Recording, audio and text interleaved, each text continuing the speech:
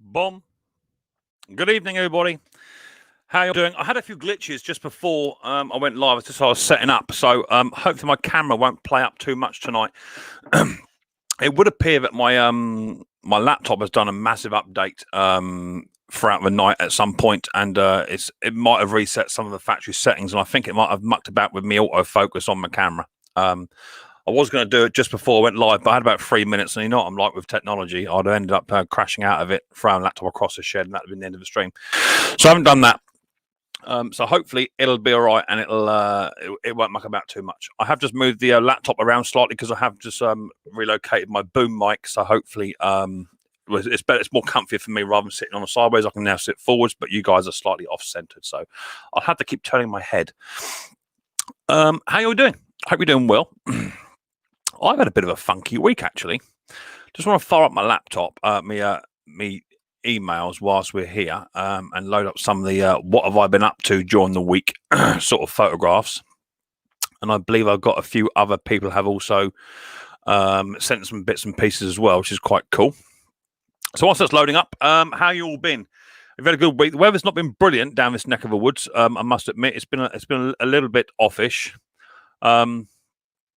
But that can't be helped. I did have what was this photograph here? I had an image of somebody wanted me to look out for a Power Extreme grass box, but they're a bit few and far between. They're a little bit difficult to get hold of.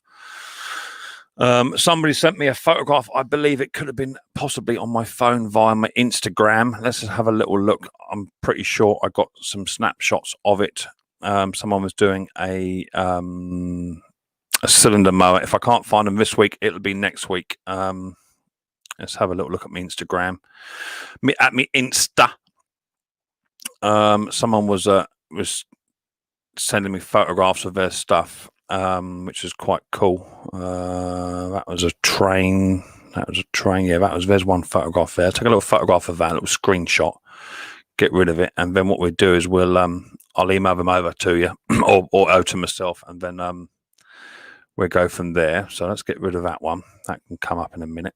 And then I've got one more somewhere. I think he sent me another couple. Yeah, there's a couple there. So let's take some screenshots of these. These are from Mike, or he sent me some photographs over of his stuff, what he's been doing, which is quite nice. I had not forgot about it, but I have sort of forgotten to email them to myself, which is a bit of a schoolboy error. So whilst I'm just yakking, I'll find the photographs of those and I'll email them over to myself. Itchy snazel. For those of you that have replied regards to the giveaway, that's all done. I've just got to get hold of Colin K. I have messaged him back to say he was the winner of the Amazon gift card voucher. So I've got to do that tomorrow, hopefully. Get that done. That's that one there. And there's just one photograph I need to email to myself as well. Sorry about the delay. There's one there as well. Okay, well, they're going over to me now, which is cool. So what sort of week have I been having? Not bad at all. Not bad at all, actually. I've had quite a good week. Been busy on the old on the mower front, which is quite good because it was just a little tiny bit slow. I was saying to lots of people that I was having issues with picking stuff up, but that's no longer an issue. So I'm going to just share the screen out. The first photograph, let me find my emails, is going to be down here, is it? Yeah, there you go. These are from Michael. I'll try and blow it up a bit more if I can. He's restoring a nice little cylinder mower. It's actually a really good job, actually. Fantastic little job. That looks really smart, which is quite cool. All the blades have been painted up and done. All the nuts have been silvered. So that looks really, really nice. He sent a couple of photographs over. There's the chain assembly. That looks really tidy too. My clutch plate. That looks really tidy. So well done, you. That looks really nice. Proper little job that is.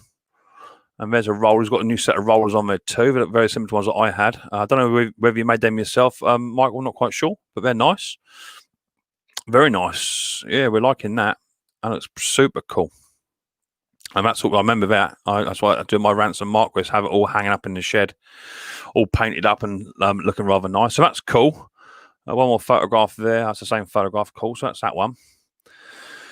Let's get rid of that. And had a photograph from Mr. Top Conker because somebody, I can't mention the name, sent they won their cap, their Micks Mowers cap, and they didn't they didn't want it. They said, could I send it over to Top Conker? So I said, yeah, up to you. So Mr. Top Conker, he'll probably roll in a bit later on tonight. He'll be late, I expect he normally is. Mr. Conker, there he is there. He sent us a photograph of him with his new prized possession Micks Mowers cap. I don't know if he's sat on his head or something, but it's a bit dented there. But there's old Conk. He said he'd be wearing that with pride. It's much better than the hat in the background. So yeah, Top Conker is now wearing his Micks Mowers hat with pride, which is fantastic to see. Let me just change my background and get rid of that. And then I had a couple of jobs myself. Let me just find the other emails I sent myself. That was Conker. That was that one. Ransom Marquis. There's a video coming up very shortly of my Ransom Marquis. I was actually able. Did that camera go blank then? It looked like it was blank on my screen. The Ransom Marquis. First time I've actually managed to get it to work, as in get it out and run it. It's just been sat in the shed behind me doing nothing, just collecting a bit of dust. So we had a nice bit of weather. Mrs. P went out and cut it with the big 20 lawnmower that I've got. That's a big yellow one. She cut it, and then 2 days later I thought, well, I'll have a go with our Ransom Marquis, because I've not actually tested it as of yet, despite the fact it's all running. Not actually tested it. So I thought, well, no day like a present. So I went out about 2 days ago. Bearing in mind, my lawn is not a lawn, it's a garden. But I went out with my Ransom Marquis, and that's what it produced. There you go. It's not the best of jobs. There are a few little tiny bits and pieces just here I missed. There was a bit down here somewhere I missed as well. There are some areas in which I can't cut my lawn because we're still in the mow, because it isn't very level. But there you go. There's the old Ransom Marquis. And all its glory, and producing some absolutely killer stripes, which is I'm absolutely fantastic about. So well happy with that. And don't go blank again. I'll look at my comment section, see if it went blank. I'm hoping you're getting these images, because that looked like it was blank to me. So I'll find out in a bit. And then what else did I do? If I have a photograph, let me come out of there. And then I have been very, very busy. What's that one there? That's from Austin. Where's my photographs from me? That's the one I want. I think it's that one there. Yep, there it is. Let me come back, share the screen. See, that's actually showing blank on my screen, which is a little bit worrying. I don't know if that's cutting off when I leave the screen. So we'll see in a minute. Let's share the screen. Hopefully you're seeing that. Should be. And then yeah, so I've been busy, and I've managed to pick up that little lot there, which is super cool. I got it from two sellers. These two on the end. I've got a Hater Ranger 53. That was free. I actually serviced that about 3 seasons ago. But the drive's no good. It was no good when I got it from the bloke, and he said, "Don't worry about fixing that." So that's for drive. Hater 53. Also managed to pick up a Honda 357, I think it is. I might be wrong. 537. Rotor clutch, hydrostatic drive, all singing, all dancing, a mulching plug and what have you. 2013 model. Super happy with it. Non-running at the minute, but there'll be a video coming out soon. Also picked up all this lot here were from one seller, one of my contacts, that he rescues them from refuse sites. So I've got a nice little Flymo here, 1980, 83, 89, somewhere in there. These are all non-runners, but all pull over, because you can't test them because they've got no fuel in them, see? So there's that one there. There's a Mountfield 470. Got a Tecumseh fly mower, hover mower, which is I did it for Ken. Also picked up this little Viking, which is quite cool, because my mate Taffy, who I deal a lot with him, he does the same as me. he was actually bidding on this one as well, funnily enough, but he wasn't prepared to pay enough money because he's Welsh. So I got that one as well. Nice sort of cylinder mower, Suffolk Punch, and a nice sort of 414, and also a nice sort of Mountfield 2-stroke multi-tool trimmer. Only comes with one multi-tool part, so I need to adapt something to make it a bit more bit more durable for people to buy, because they want it bits and pieces. So they'll be coming up. I've got lots of machines in, about 7 or 8 there. Let me stop sharing that, and then I'll come back to you guys. I also want to see in the chat to make sure you're actually seeing that, because it might be going blank. Let's have a quick little look. I don't go down too low, because it'll get rid of my chat, what's in there. But as you can see, in my shed, I had nothing in here last week, and now she's full. There's a Viking, hover mower, Hater, Mountfield, and the Honda on top. So yeah, the shed is absolutely full up. Got loads in and what have you. Done a run and repair this week as well. Let's see who we got in. I've got 60 in the house. Absolutely brilliant. Fantastic numbers. Mark Stone was first in. How you doing, Mark? Thanks for popping on in. Good evening. As we all come into the stream, can we give Mick the thumbs up? Yeah, cheers, Sparky. Danny turns it in the house. Hi all, can we smash a thumbs up for Mick? There he goes, another one. Also, if we get to Mick to 100 likes, Mr. Briggs said he'll do the calendar for next year. Yeah, I've given Mr. Briggs a bit of stick. AJP Garden Services, how are you doing, mate? Thanks for popping on in. Jason Hughes also in the house. How are you doing? My lead's in the way of my mouse. Welcome to a chat. Remember, guidelines, privacy. Yeah, that's from YouTube. Thank you very much for that, YouTube. Mark Stone, that just jumped stupidly. And just jumped all the way down the bottom. That was a bit daft. Hopefully we'll get somewhere near it. Somewhere there.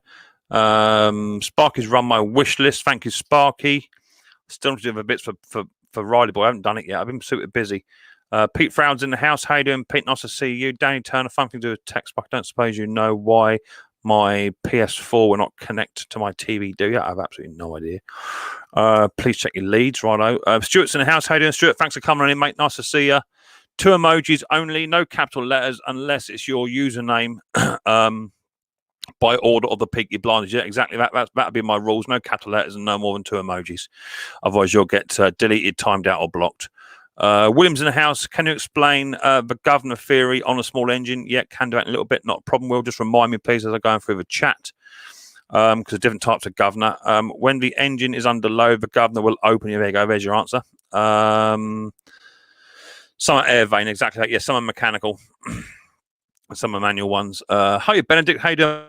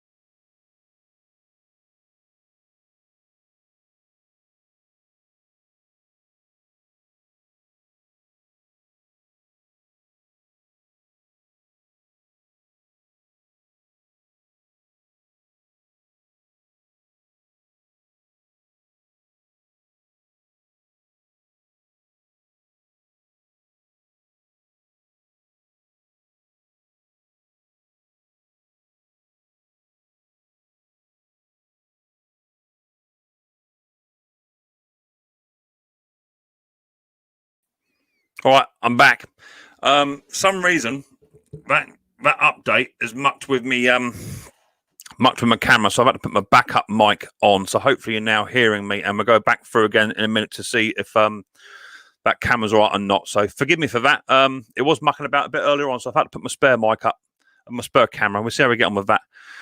Dick Smallings, good evening, Mick, and all in the chat. How are you doing? Nice to see you. Thanks for coming in. Ali's in the house. Scott Killer's in the house. How are you doing? Everybody, Micks Mowers, getting good on the banjo. Yeah, I love the banjo music. Everyone loves banjo music.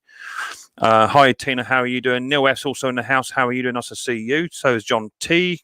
Chris is in the house. Missy Moo, how are you doing? Dick Small Engines, blah, blah, blah, blah, blah, blah, blah, blah, blah. Fun things to do with Tech Sparky. You're all chatting to each other. Mark is also in the house. How you doing, Mark? Nice to see you. Hi, Mick. And all in the gang. How are you doing? 100 likes tonight, and Mr. Briggs do a picture. Yeah, got that. Just Jeff's in the house. How you doing, Jeff? Nice to see you, buddy boy. Hope you're doing well. Tommy's in the house. How you doing, mate? Nice to see you. Let us know if that camera popped off during when I was trying to share the screen. I'll come back to it, okay? No big. You're 60 in the house. Give us some thumbs up. Harry's also in the house. How you doing, Harry? Peter's Repair Shop. Just to let you know that my 4th attempt on spraying the clear coat went well. Thanks for your help. What did you do, Pete? Did you just let it go tacky, mate? What did you do? Let us know, Pete, please. Also, temperature is a massive factor. I was talking to Pete Froud about it the other day. Temperature is a huge factor. If it's too cold, it'll bubble up as well. So you might have to get a heater in there to warm your shed up a touch. But what I tend to do is when I'm spraying is I put the last final top coat on, and just before it goes tacky, hit it with a lacquer.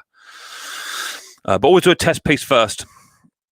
William, you're watching one now. What's this? William, you're watching one now. What's that about? William. Don't know about when. William. Any big YouTubers in here? You're watching one now, yeah. There's a few in here. I just seen Bruce Pender. He's in here. I just seen him. But we're all big YouTubers, right? You know, we're all battling towards the same thing. You never know who's going to rock up on the old Micks Mowers shack. Double Y6 sometimes pops his head in the door. And there has been another guy as well with wonky teeth as well. He sometimes pops in. So you never know who is watching. Jacob, Hayden, nice to see you. Thanks for popping in. Just ate a dozen jelly rolls. Fantastic. Looks nice, Pete. So I take it you were seeing those images then. Looks great, Micks Mowers. Nice restoration. Fantastic. Pete, just trying to make the compact workshop more. Okay, dear. Oh, dear, Dick. Andrew Phone. Looks like all okay to us. Okay, techno-wise. It went blank on me, so it might be my end. So we'll see how we get on. Ken Small Engines. The Lawnmower Detective, how you doing? Yeah, everything in here is paid for. I've got receipts for the lot. There's no point coming around here, strip search me. Jacob, how you doing, mate? Nice to see you. Getting there. Andrew Throne, you're saying to absolutely everybody. Tim Freeman's in the house. Neil F's in the house. Right, jumped a little tiny bit. Let's come back down again. Scotty Daniels, if I miss anyone, just say so. Big Boss Man, how you doing? Nice to see you. Hit it with a hammer. Yeah, definitely. You know, it's me. My screen has frozen. Okay, Pete. It might be your end. It might be me. I'll just change cameras. Shout out from Arch's Garage. Yeah, Arch, how you doing, mate? Nice to see you. Anyone that's not hooked up with Arch, he's over in America. Go and hook him up. He's a good fella. He does the same as me, just better. And nice American accent. Nice fella. Does some good stuff. So if you like the stuff that I do and the people like me what I do, and you're not in contact with Arch's Garage, go and check him out. All right, because he should have about another 1 million subs than what he's got. So go and check him out. He is super, super cool. XL's in the house. Something to Sparky. Only use more than with thumbs on request. Okay. Mr. Bruce Penn is in the house. How you doing, Brucey boy? Nice to see you. Hope you're doing well, my friend. Roger's in the house. How you doing, mate? Nice to see you. Roger, that name rings a bell for some reason. That name rings a bell. Just do it, Mick, for you.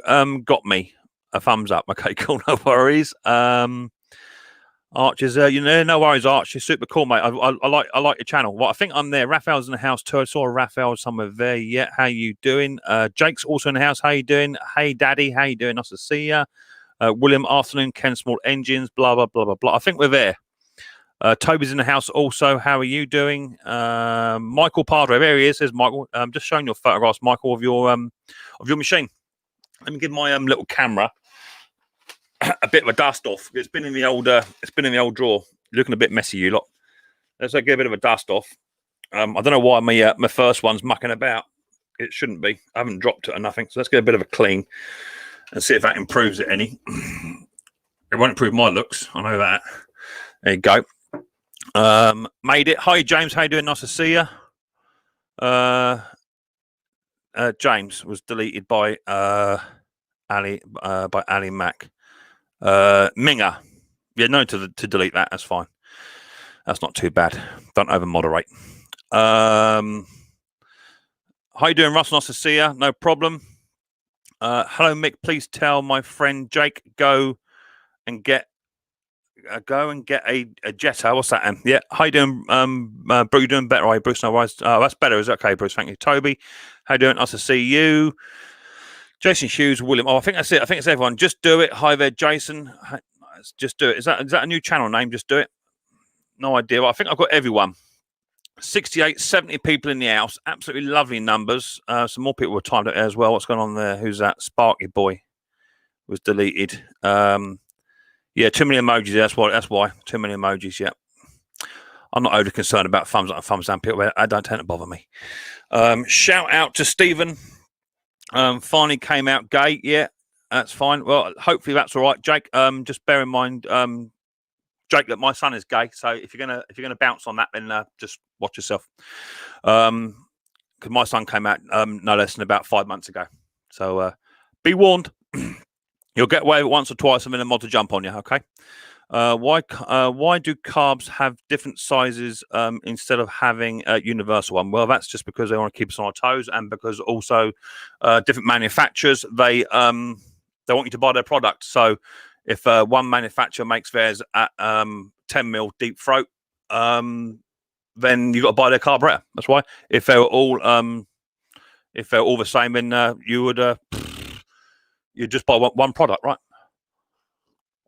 Every 6 months they change it. They change the way in which stuff is made to make you buy it. It's as simple as that. Nice hat. Yeah, cheers, Bruce. Thanks very much indeedly doodly. So yeah, I've been busy. Mowers and bits and pieces. So they'll all be coming up. All right, Mick, sorry I'm late. Well, it's in the book, Ethion. It's in the book, mate. If you can't come up on time, don't come at all. Simple as that. You know the rules. I've also had a little parcel turn up. Now, forgive me. Bill, my mate Bill, he sent me, it's in the video, I don't know who it was, he sent me a stack of B2LM spark plugs off my Amazon wish list. And then somebody else sent me these. Oh, I can't remember who it was now. I've got an email about it. Can't remember. They sent me a set of carburetor springs for a classic off me old wish list too. When are you picking up my Tecumseh? After we agreed. Sale price. Yeah, I'm not picking up no Tecumsehs. I've got enough problems with a Flymo down here. Yeah, Bruce, just for you, mate. There she is. And for Ken, look. Flymo with a Tecumseh on top. As promised. I found it in the older. Oh, that's a bit thinking I found it in the fella's pile, and I looked at it. I picked up the other ones, and my van was pretty much full. I took I only got a little van, a little Astra. I took that, and then I took my trailer as well. Load it right up. There's nothing wrong with gay people in my stepdad's gay. That's cool. Absolutely no problem at all. That's fine. I wasn't having the dig. Some people are, right? Wasn't having the dig. Trust me, I'm as cool as next man. No problem. And then, yeah, I saw that in the pile, and I thought, oh, do I touch that or not? But I had a little look at it, and shout out to Stephen. He finally came out gay. So proud of him. Love you loads, Stephen. Okay, that's twice. Cool. If that's a thing, I'm super proud and super sort of. I'm with you. You know what I mean? I am with you. But I just need to watch out. So moderators, just be on your toes, please. How much is a quid in USA? About £1.40, something like that, give or take. Depends on how much it is. So yeah, I saw it and I thought, do you know what? I'll have a little go at it, just to wind Ken up. I'll have a go at it. See what yeah, 140. There you go. To see if it's any good. But I look at it and it was really, really super clean. The deck is absolutely fantastic. It does pull over. Not had it running as of yet. Haven't even tried it. But it runs at 25-1 fuel mix, which is a bit funky. But we'll see. You know, we'll see how we get on. It's a nice little job lot. We'll see how we get on. And let me just check my moderation status on it. I can get rid of that, and it'll probably go for review now. I expect more than likely does. Yeah, limited review. There you go. Ask for request. Get that done. Tick that. Yes, please. Adverts on. Let that save. That's done. And now we can get rid of that. Move on with our day. So yeah, I've got to get that looked at. At some point, I've had a couple. Yeah, it's old. 25-1, Bruce. Yeah, it's old. How much oil goes into half a litre for 25-1 mix? Go. On answering 10 seconds. 9, 8, 7, 6, 5, 4, 3, 2, 1. No, knows the answer. 40 mil. 12.5. No, Brucey. No. That's 40 to 1. 25 to 1, Bruce. 40 mil. If you watch my how to mix petrol video, you better tell. So yeah, that's good. There's a yeah, I know, Bruce. Well, there you go. That's a mark against your book. I only know myself because I mixed them up today. So with regards to the Honda, that is real singing, all dancing. I paid a lot of money for that for what I normally pay for stuff. And he's come off a lawn care guy, professional commercial bloke. So a bit dubious. I don't like buying stuff off of them because they say, oh yeah, it's been serviced every year. It hasn't. And I give it a jet wash off, and I got it to run. You'll see in the video. I got it to run because its solder's not running, but there's a few issues with it. The exhaust is actually hanging off, and I haven't looked at it yet. I don't know whether or not the studs have actually broken. Covered in oil as well, which I'm not happy about. So, or not happy about, a bit sort of what's the name. The Hater needs drive by the looks of it. The Viking, I don't know, haven't even tried to fire that up yet. So I've got lots to do and lots of videos. So Brenda was timed out. Timed out for? What's that timed out for? What's that, Spark? I can't read that comment. There you go. It is there. There's a view comment. Bomb. Is your son single? I'd like to know him. Yeah, that's cool. What we do with you, see, we'll just put we'll hide you from the channel, and now you're gone. You see, because that's what happens. You've been poked once with a stick, and you poked me twice with a stick, and then that's what happens. You see.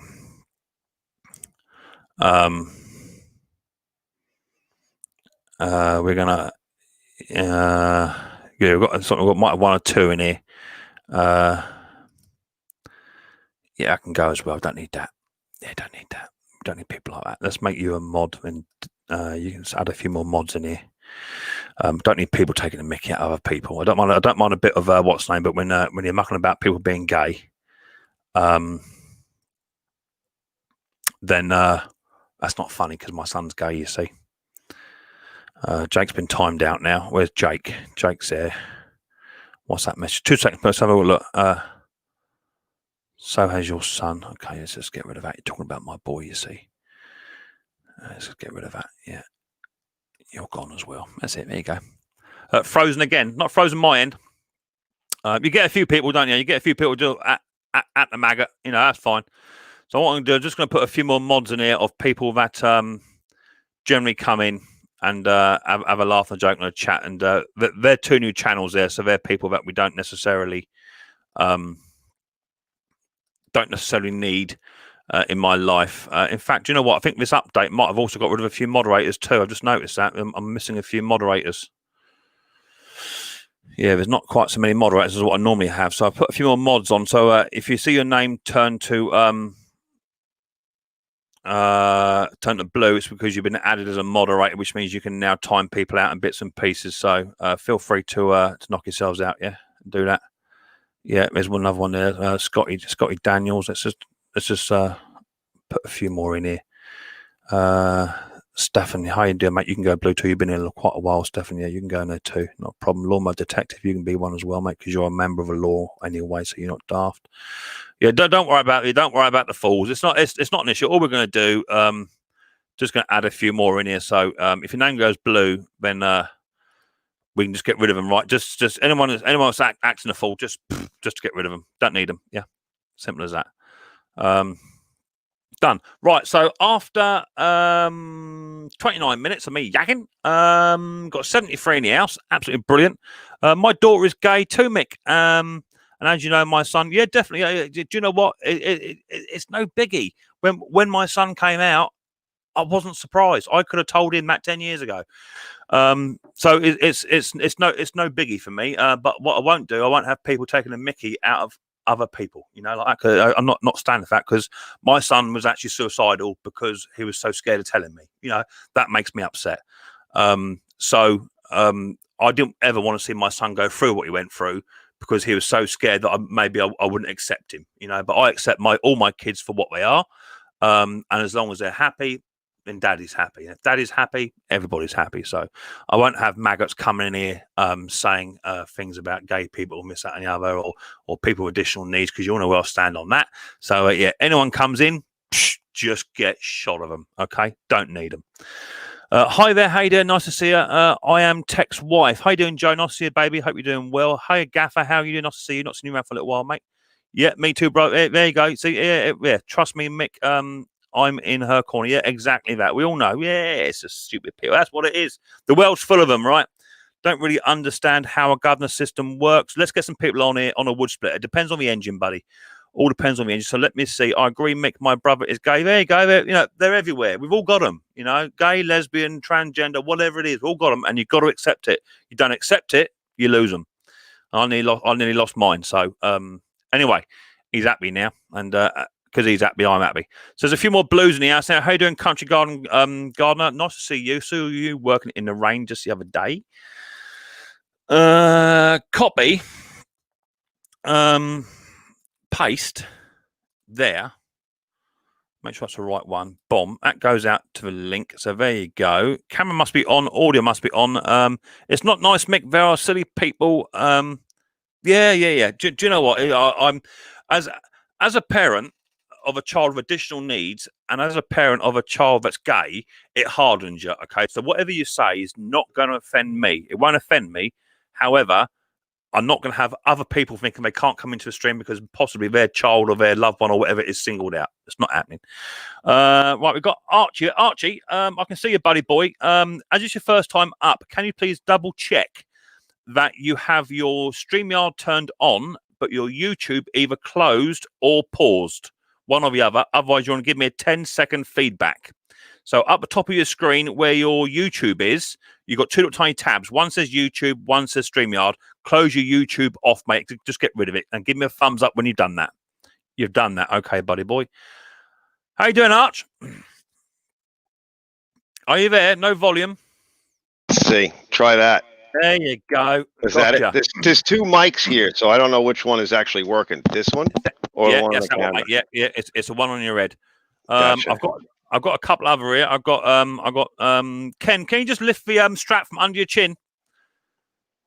No, the other chin, mate. The other chin.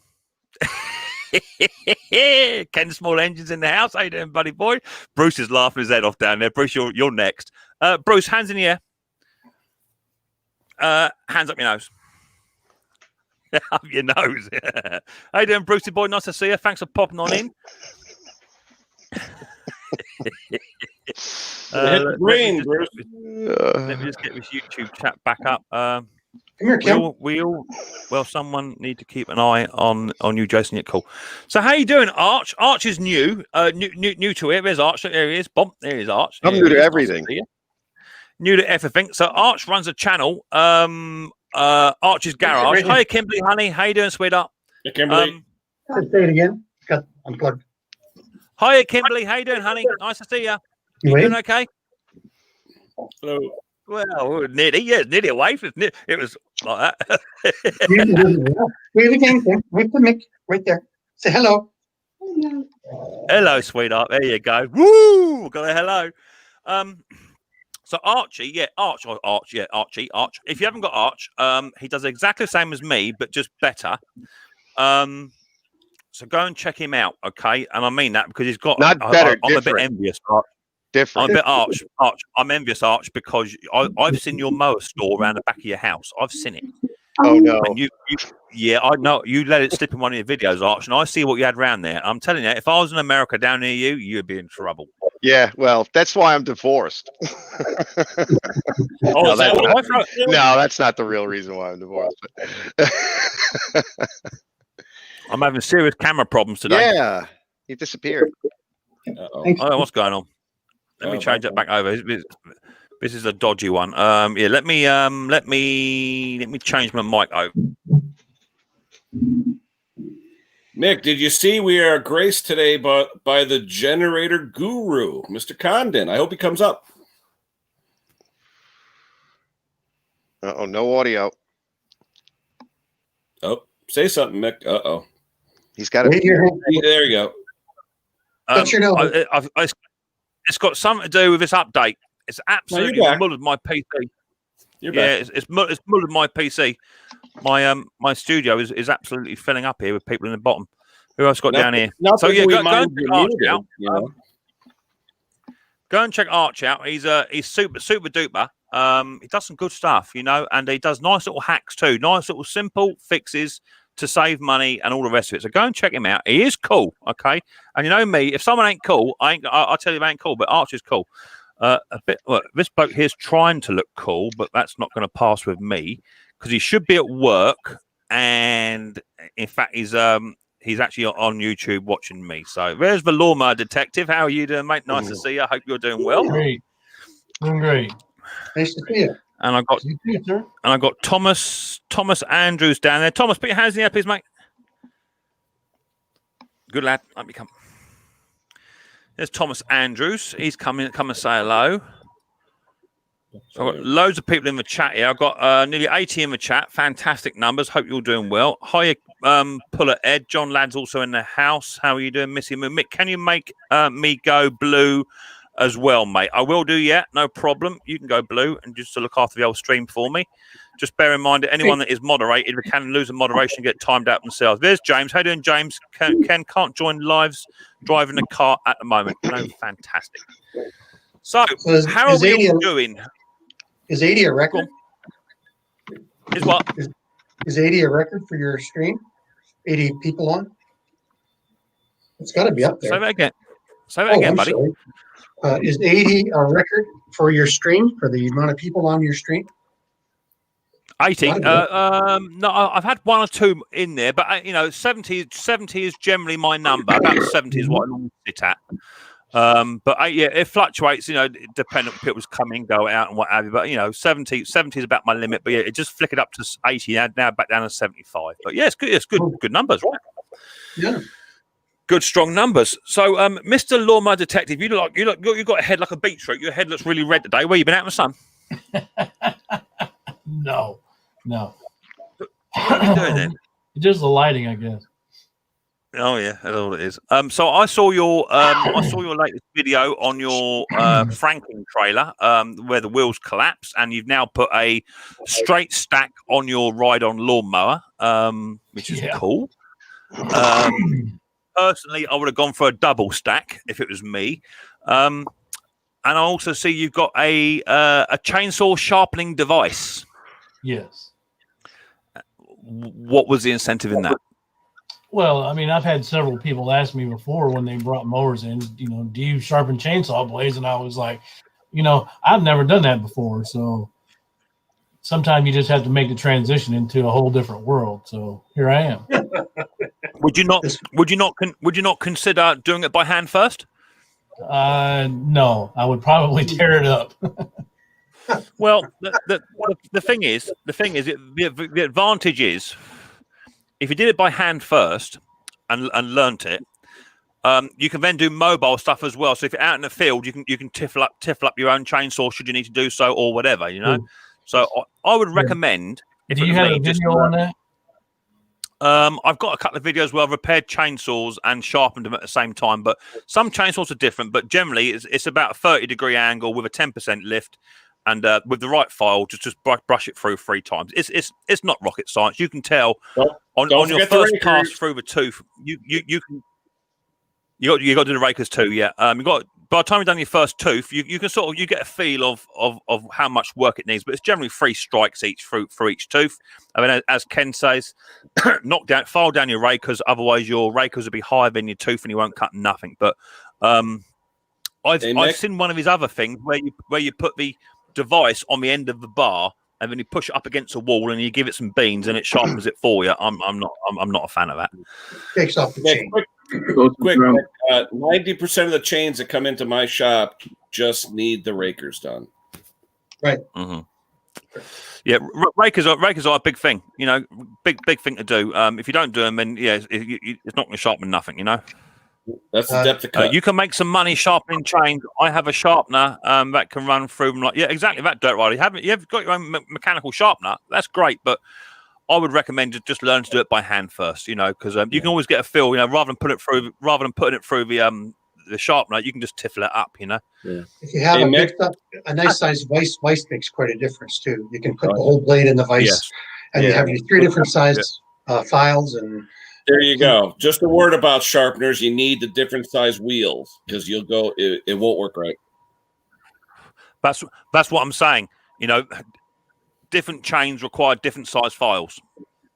Yeah. Well, So that's if good to you know. I sharpen appreciate them that. all, with one file or one stone, then you're gonna do them no good.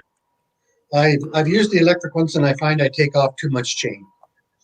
Yeah, exactly. And that. you Exactly that. temper them too. You get rid of the temper if you go too much. You lose your temper. Yep. There you go. I So- learned so on generally- YouTube. Generally, rule of thumb, I use 2 files, okay? But this one here is your idiot guide proof one, okay? Which has got all your angles already on the plate. So all you do is you just line up your angles. It's generally 30 degrees. I put a 10% lift on it, just so as you sharpen it, you're sliding up through the tooth itself, and then you got to clean your bar out and do your rakers with that.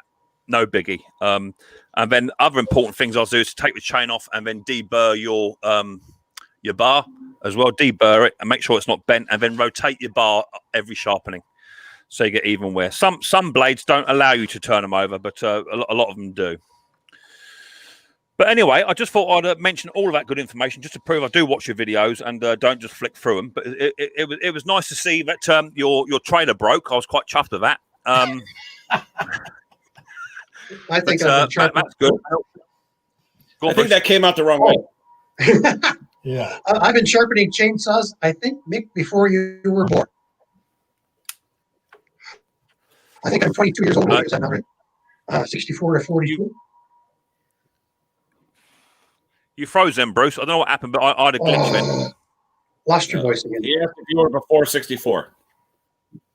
Well, Bruce, you are a little bit older than me, Bruce. Just a little bit. Yeah, he's definitely after 64. I dare say you remember, Bruce, when chainsaws were done by hand. But you know, it's what it is. You know, I can't. What's that sound? It's what it is. Hamsters in her cage. That old joke. Yeah, exactly that. But Bruce, I we used axes, Bruce. Yeah, I actually did a video on sharpening a bow saw. Oh, that's fun. Yeah, Christmas tree saw. yeah. There's a series called Tools That Don't Need Fuel, and I did a bow saw at the end of that series. Can someone please run Arch's channel link in the chat for me? We've got a few people who are asking about Arch's channel, so someone can please just run his link for me in the chat so they can hook him up. That'd be cool. And we get a few people over there to support you, Arch. Oh, thanks, thanks, guys. Oh no, you're absolutely welcome. Yeah. It wasn't until Jason said about your channel. I didn't see what I tend to do. I tend to watch a video, and then I like to go through the comments section. I don't like to comment on comments until the host has commented first. I don't like to do that. Right. I just find it a bit rude if you do that. So normally when Bruce does a video and he replies, I then get all over it and I start commenting as well and then giving Bruce a bit of stick. But I do like to comment on other people's videos because it's just sharing the network. And I haven't really seen a lot of your comments on Jason's videos. So I thought, well, who is this Archie guy? So I looked you up and I'm stuck on it. So yeah, good channel. I watch him a lot. I caught some of it this morning, but he's on so early. That's loud, Ken. Yeah, Ken, that's loud. Yeah, a rude I was trying to find Arch. I think that was Mick is it. from the times when TVs were black and white. Well, I used to have a black and white TV when we weren't very well. We were given the black and white TV if we were quite sick. But I ain't that old. So what have you been working on, Art?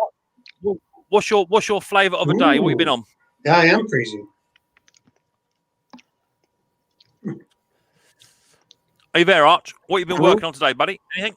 Actually, today I think it's going to be a conversion from it's a Craftsman Briggs & Stratton engine that just isn't making enough compression to suck through the carburetor, and so I did a video on that. It's a beautiful Craftsman mower. It had 25 pounds of compression, and as I'm filming, I said I don't think this thing's really just going to start. So it became kind of a will it run, and then it runs if you prime it, but when you go back to the automatic choke, it won't start without putting something down the carburetor. So I've been thinking about, well, I really want to put a Honda motor on a Craftsman before the end of the year. So I think that's what it's going to be later on. We're going to go over a Honda motor and put that on this beautiful Craftsman body and make it a really nice machine for somebody. And I just love Hondas. So who doesn't? Yeah, you're definitely not alone. I had a couple we have Mountfields over here. And I had one coming with an SV150 engine, which is a Chinese knockoff Honda. I really want to be, but actually look nothing like one. Right. How are those? I don't think I've had one yet. Oh, they're shocking. Absolutely. Well, these SV150s are slightly older engines now. There's still a few coming through, but yeah, they're not very good. So I took that off and I put a nice 135 Honda on top of that. Nice. And it sold that day, and I got probably about £100 more than what I was expecting to. Yeah, that seems to be the case. So, if the motor, if this Briggs motor kind of worked out, but I can't sell it like that. Sure, if you put a push primer on it, it might run. And that might even be part of like the video. Maybe I'll just try that because somebody's going to ask me, why didn't you put a push primer? Well, why not? We'll try it, but I won't sell it like that. And I think the Honda is just going to be a wonderful upgrade to a beautiful frame, chassis, and just everything else is beautiful. It's done. It's going to be a gorgeous mower. What was on there for an engine? Yeah, no, it's Briggs. It's a standard Briggs. Oh, but right, you said that. Yeah, and it has the automatic choke. And that's really the problem, is that it just, compression is pressure, and the other side of that is suck. And it won't suck. I took the bowl off and I showed everybody how you could take a heat gun and adjust the float. I said, well, let's just try raising the sort of the pressure, the level of fuel. Maybe we can get it to tip into the venturi of the carburetor. Nope, wouldn't do that either. So it's just it's a Chinese Briggs. It's one of the newer ones. Yeah. It's a 550. Yeah. It's not the overhead. No, it's not the overhead valve. It's the newer flathead. I don't know how much newer it is. I didn't look up the model number and get the date on it, but I think all you guys know, you've taken apart maybe an older Briggs and you pull the carburetor off and it's this beautiful, really heavy thing in your hand. The float bowl is like nice golden. Well, this is a very light carburetor. It's all, aluminum silver, and you take it off and it's like paper light, and it's one of those engines. So, if they're kept okay, they're usually all right. But this one is at the end of its life. Okay, so we've got a question there, Keith. He says, how do you properly set a governor? Well, if you watched Bruce Pender's video, I think just this week, he managed to set a governor properly. He's down there. Yeah, cool. Cheers, Lawnmower Detective. He set a governor. I'm assuming it's a governor arm sticking up in the air. Very simple. Set it to full throttle. Loosen off your governor arm bolt at the back, near the bottom of the governor arm. Push your governor all the way clockwise to the right. Do it back up. Job done. Finished. What happened to the one that I did was that the customer had tightened up that governor arm so much that he brought the aluminum on the arm together on the other side, and the governor arm was just slipping on that shaft no matter how tight it was. So I took it off, and I actually took a angle grinder and zipped a little slot in the bottom of the arm so that it could tighten up again. And I didn't put that part in the video though. Yeah, I know I miss a lot, and I get into the trouble and I forget the camera's on. That's my biggest problem. So you were, I was actually watching your video. It might have been today, Bruce. I can't remember, but you were doing some. Oh, that's right. You were doing a seat, and I missed half of that because I was looking at the floor. Which is quite nice. What did you put in there? Was it just a little tiny poker in there? Was it to get it out? I think to get which out the seat.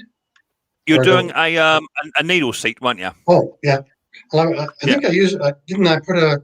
Yeah, I get confused. But did I use a Q-tip in a drill? No. You're taking the seat out. Oh. Was that the Kohler one, Bruce? No, I haven't done the seat on the Kohler yet. Oh. You were doing. Do you know what? It may have been an old video then. It was your last Tecumseh packet of seats. Oh, was that beautiful orange Tecumseh? There you go. Now it's coming back to it. Yeah. Just let you know, we missed all of that because we're looking at the floor. Why? Because the camera was on the floor. Oh. when you were underneath there saying, "Right, guys, here it is. You come up in here, do this, do that, do that," and we didn't see a thing. I try to edit some of that out, but you got to leave some of the audio in so people can pay attention a little bit. I think you're spending too much time at the moment, Bruce, just singing. I think you're just walking around the workshop singing your little heart out at the moment. We've had about 15 songs in about 3 weeks now. Yeah. you must be happy whilst you work. But Bruce only gets you with like 3 or 4 words in the song when he stops. Well, you got it. Yeah. I don't want to be shut down. They wouldn't shut you down, Bruce. They wouldn't shut you down. Bruce is a beach boy. Well, they would. He do like to sing, does our Bruce? He does like to sing. So how are you doing, Mr. Thomas Andrews? Are you doing okay? Yeah, I just started another job. I was going to ask because normally your shifts are conflicting with my live stream. So you said you couldn't do it. So what? You got a new job? Yeah, I unload trucks for Coles Monday through Friday. You're moving trucks? Yeah, unloading trucks. Oh, cool. Okay, fantastic. And do you like it?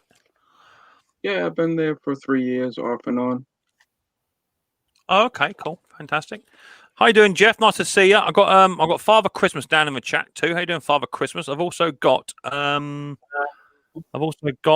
Scotty Daniels also wants to come up and say hi as well. How you doing, Scotty? Hello. I'm going to start on my backyard next spring servicing lawnmowers. Cool, Keith. Hope it all goes well. You know, there should be more and more people servicing lawnmowers and doing bits and pieces and doing videos on YouTube. Definitely. So that's cool, and Thomas. Hope you get on well, and hope that sort of goes along with what you want to do in life, which is good. I've got Mr. Puller Bear Ed in the panel now. How you doing, Mr. Ed? How you doing? Well. Doing great, guys. Fantastic. Have you got new internet? Your internet seems really good. I'm up at my daily job, so we got really, really good internet. Ed, are there 2 channels now? The cooking and the tractors? What's the deal? Nope, one channel. Just throwing some cooking in there. Do you have to tie your beard back whilst you're cooking, Ed, as a fire risk? I tuck it in my shirt, man. Just like we used to do with our ties when we're on the lathe. Yep. Yeah. I hear that. So what are you working on, Ed? You got much on? I'm actually up here working on a customer's tractor, shooting some video. It's a Troy built Bronco riding mower. Ooh. Nice. Oh, nice. Variators. Hate them. Oh, do you? Oh. Well, try and get the Ken doesn't like. You got that cross arm in the back is a pain in the butt. You can't get a socket on it. Change off that pulley. Crow's foot. What do you reckon? Yeah, I guess.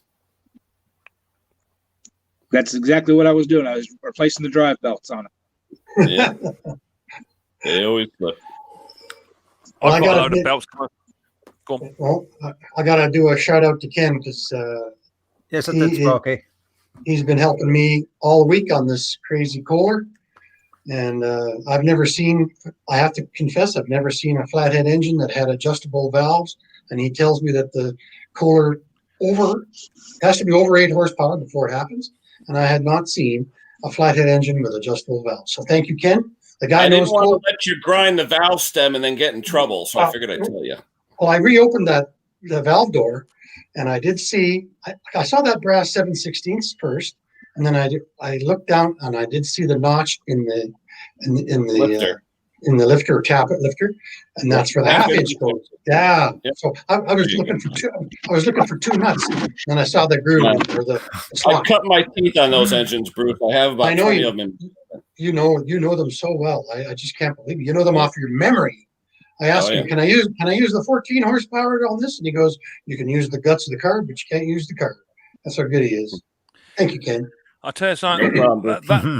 That Ken is a bit like Ed. You know, he's got an absolute wealth of knowledge, and machinists, and So why are you not up to 5,000 subscribers in, Ken? What's going on? Must be my personality, Mick. Yeah, I would agree with that. Hey, God knows I'm handsome, so I don't know what else it is, you know. Yeah. Well, there's no mirrors in your house. And you can handsome, and you can cook like Ed. There you go. Bruce, some neat close-ups of your. Oh, what's that?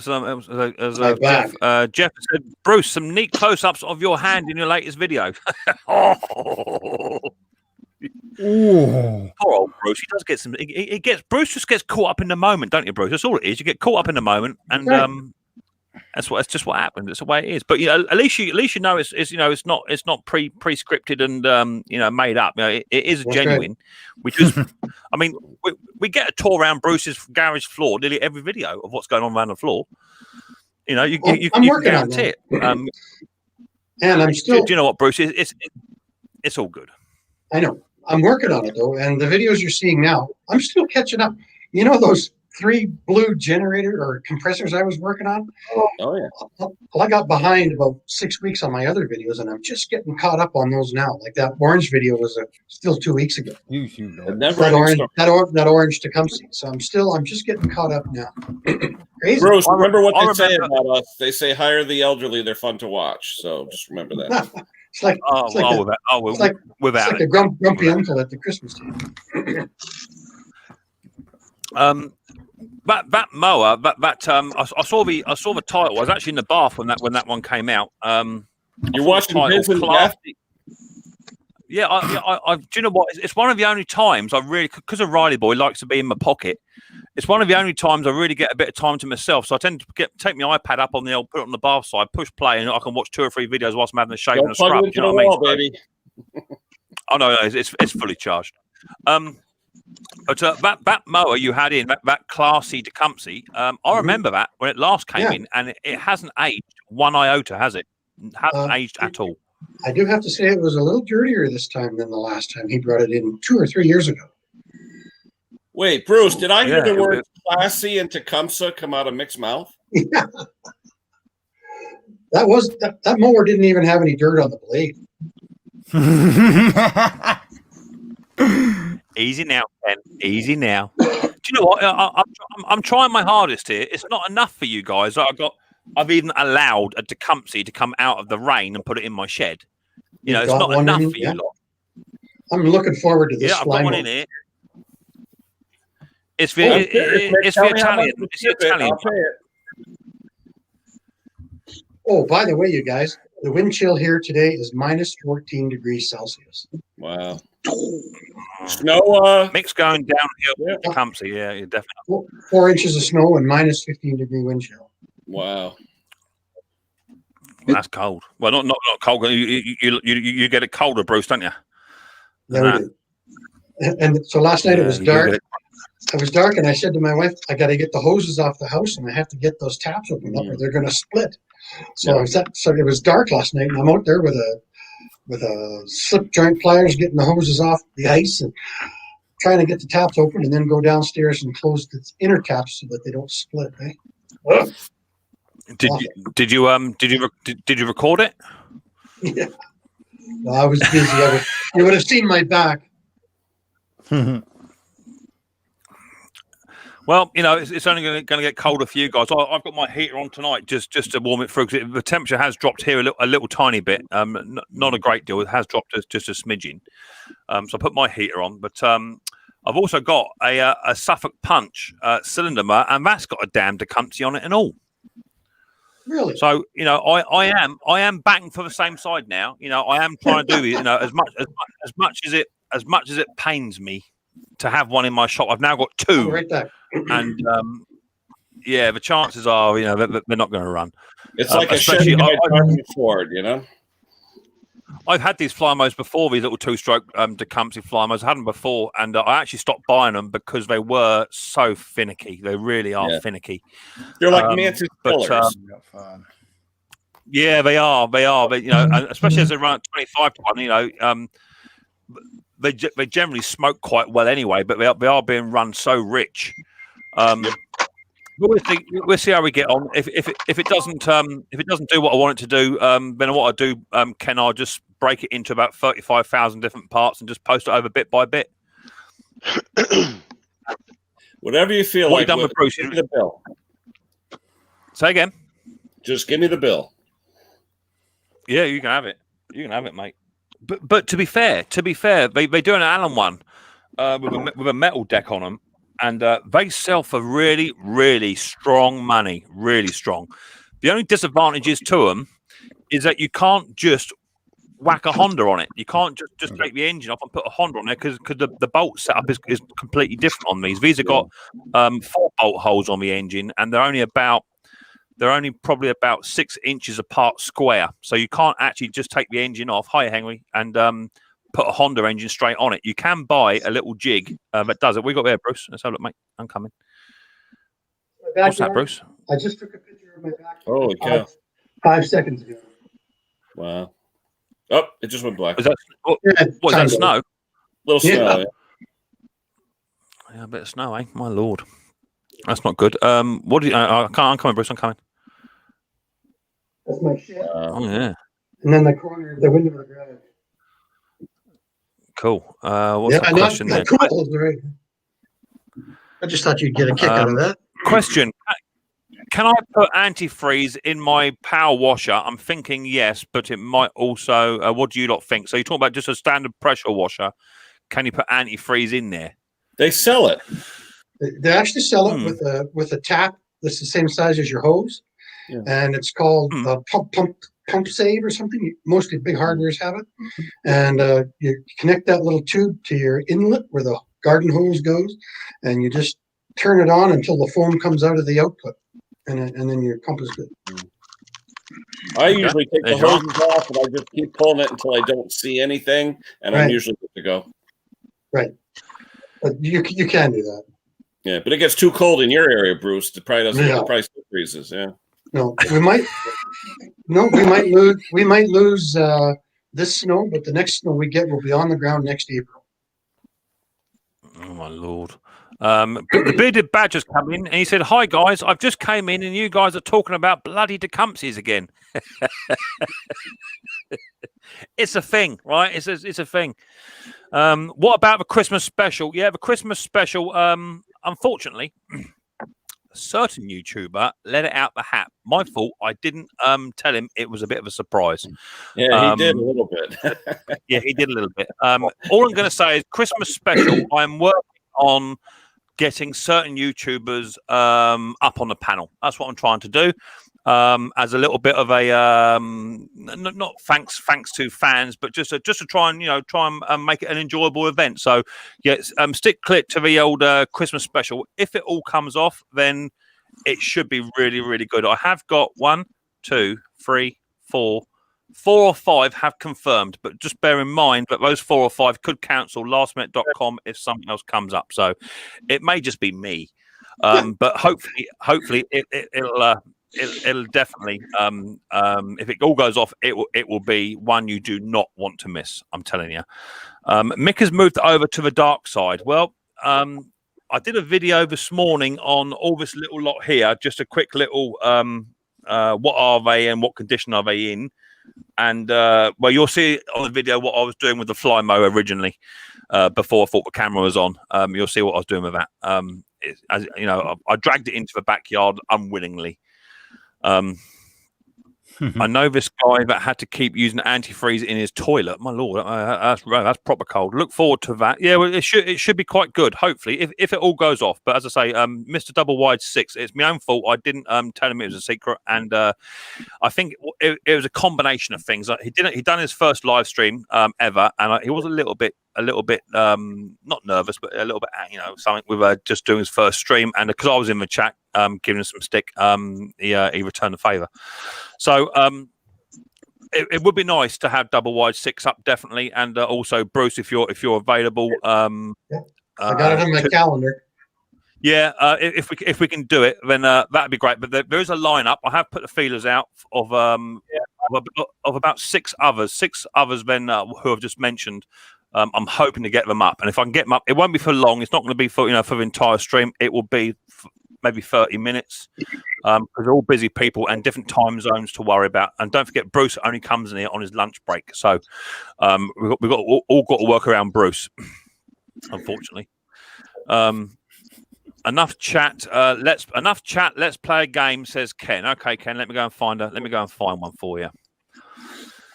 Let me shoot Someone off. just asked a question. Do we say no to repairs? I say no all the time. I just had the one today. Yeah. If you look at my video from today, guy drops off a chainsaw and he says, "Oh, I had a friend fix it." Yeah, he fixed it with Chinese parts and it was blown up. So look at my video. These are the ones I say no to. Yeah, definitely. I say no to lots of stuff. You can't fix them all. Lots of stuff. Yeah. Well, you can. It's like, It's only money. Right?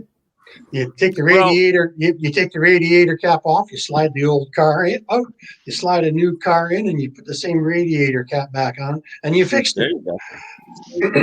Exactly, Bruce. My grandpa used to do that with Model Ts. He'd slide the old chassis out, put the new body, hang it from a tree, and put it out on the old chassis. Or new chassis. Can't really see that picture very well. By the way, I had a wonderful dinner with my father. He was 88 years old. Cool. He turned 88 yesterday, but we had supper with him on Wednesday. 88. Wow. 88 years old. Absolutely. What did you have to eat, Bruce? Was it a posh place? Yeah, and I had a steak, and and then we were totally prepared to buy, and my stepmom bought, so that was even better. So I've got to ask a question. Does Dad Pinder, does he look like you? I think so. You think he so? Does. I'd love to see. I'd love to see a photograph. That'd be great. I might have to leave and go get a picture from 20 years ago. Oh my Lord! It wasn't a prompt. There you go. Now you did it. Sorry. Right, I've got a photograph here. Let me try and load this up. That's loaded. Okay. Ken, I think you sent this one in, mate. So you'll be out of the game. Okay. Did that go blank when I was somewhere else? No. That's weird. It's coming up blank when I come back, which is really weird. Really, really weird. 85. I feel I'm getting old. 88. Sorry, I'm only 30. Well, you are old, Edward. Please your fart. Yeah, definitely. Yeah, small engine mechanics becoming a rare breed. They definitely are. Have we got a picture of the old man? I think he was my age when this picture was taken. Okay. Oh my Lord, it is, isn't it? It's a little Brucey. Yeah. Look at Brucey with the Grecian formula. Holy cow. My Lord. There you go. A spitting image. Chip off Two legends. And it was obviously Halloween, right? Which one is which? Hell yeah. There you go. Here. Now, how do I do Lord. Oh, man. Too fun. Yeah, God cool, bless. Bruce. God bless. Cool, Bruce. That's cool. Right, I got a game, man. Hopefully this will work and not kick me out because it is mucking about. Don't forget, there's how old is Bruce Mick? Bruce is don't shoot me down in flames. Bruce is 64. 64 years old. Bruce is. Right, is a game, man.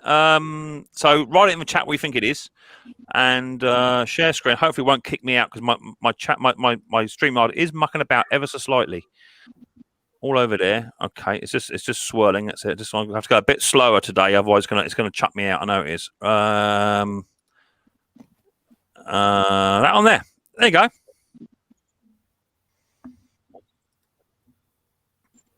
Put it in the chat if you know what that is.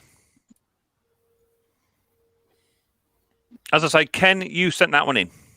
Mm-hmm. Foot flush. A foot flush. What's a foot flush? You push the foot. You push that pedal with your foot, and the toilet. Like an airplane. Nope. I saw the tile in the background, so I thought of a bathroom. Battery power going to be the future. Yes, it is, William. Yeah, definitely battery powered for some people. Is it a pedal? No. A vice? No. A spring clamp? No. A blacksmith's tongs? No. A fuel line grip? No. Striking resemblance, says Dick. Yeah, definitely.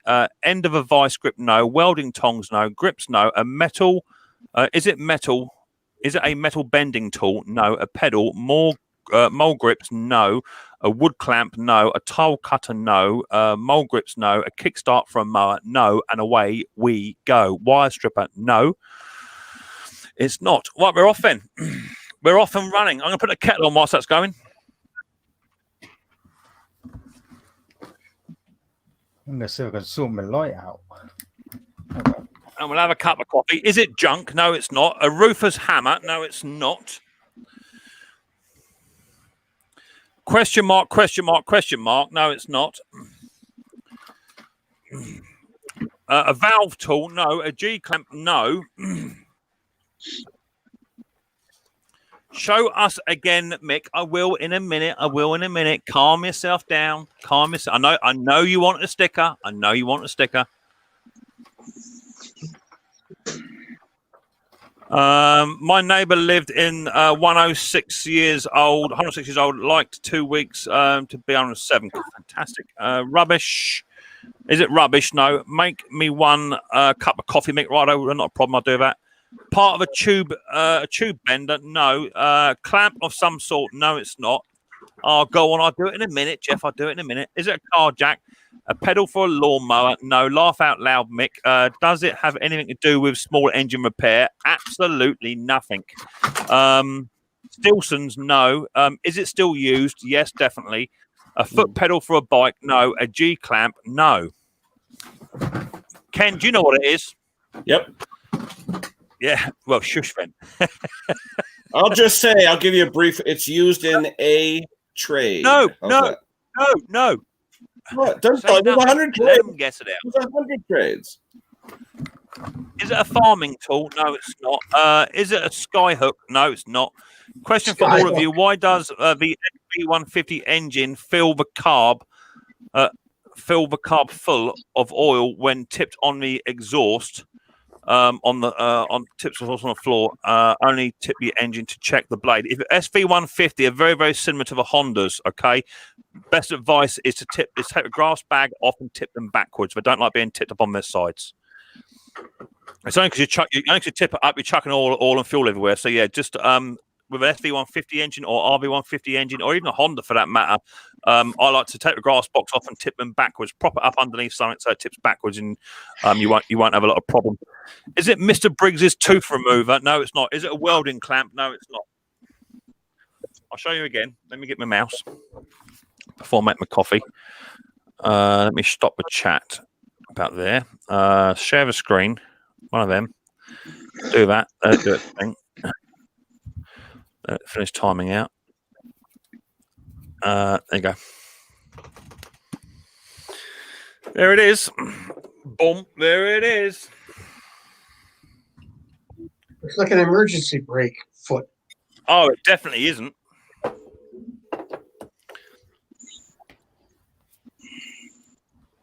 I actually tire removal tool. No. Tire lever. No. I'll go back to my pop-out chat. Oh, what's a bit better? I would say if you've never used one, you probably won't get it.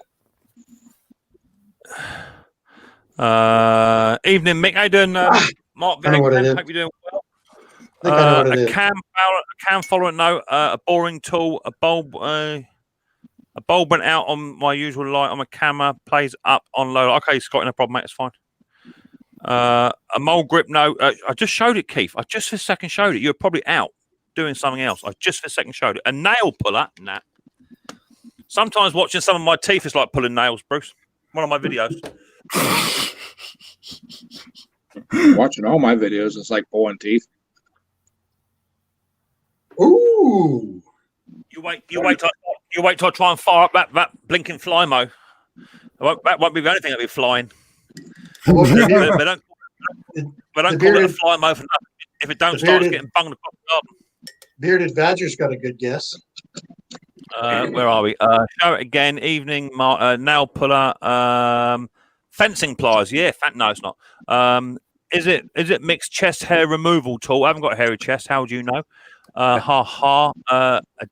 Disc remover, no.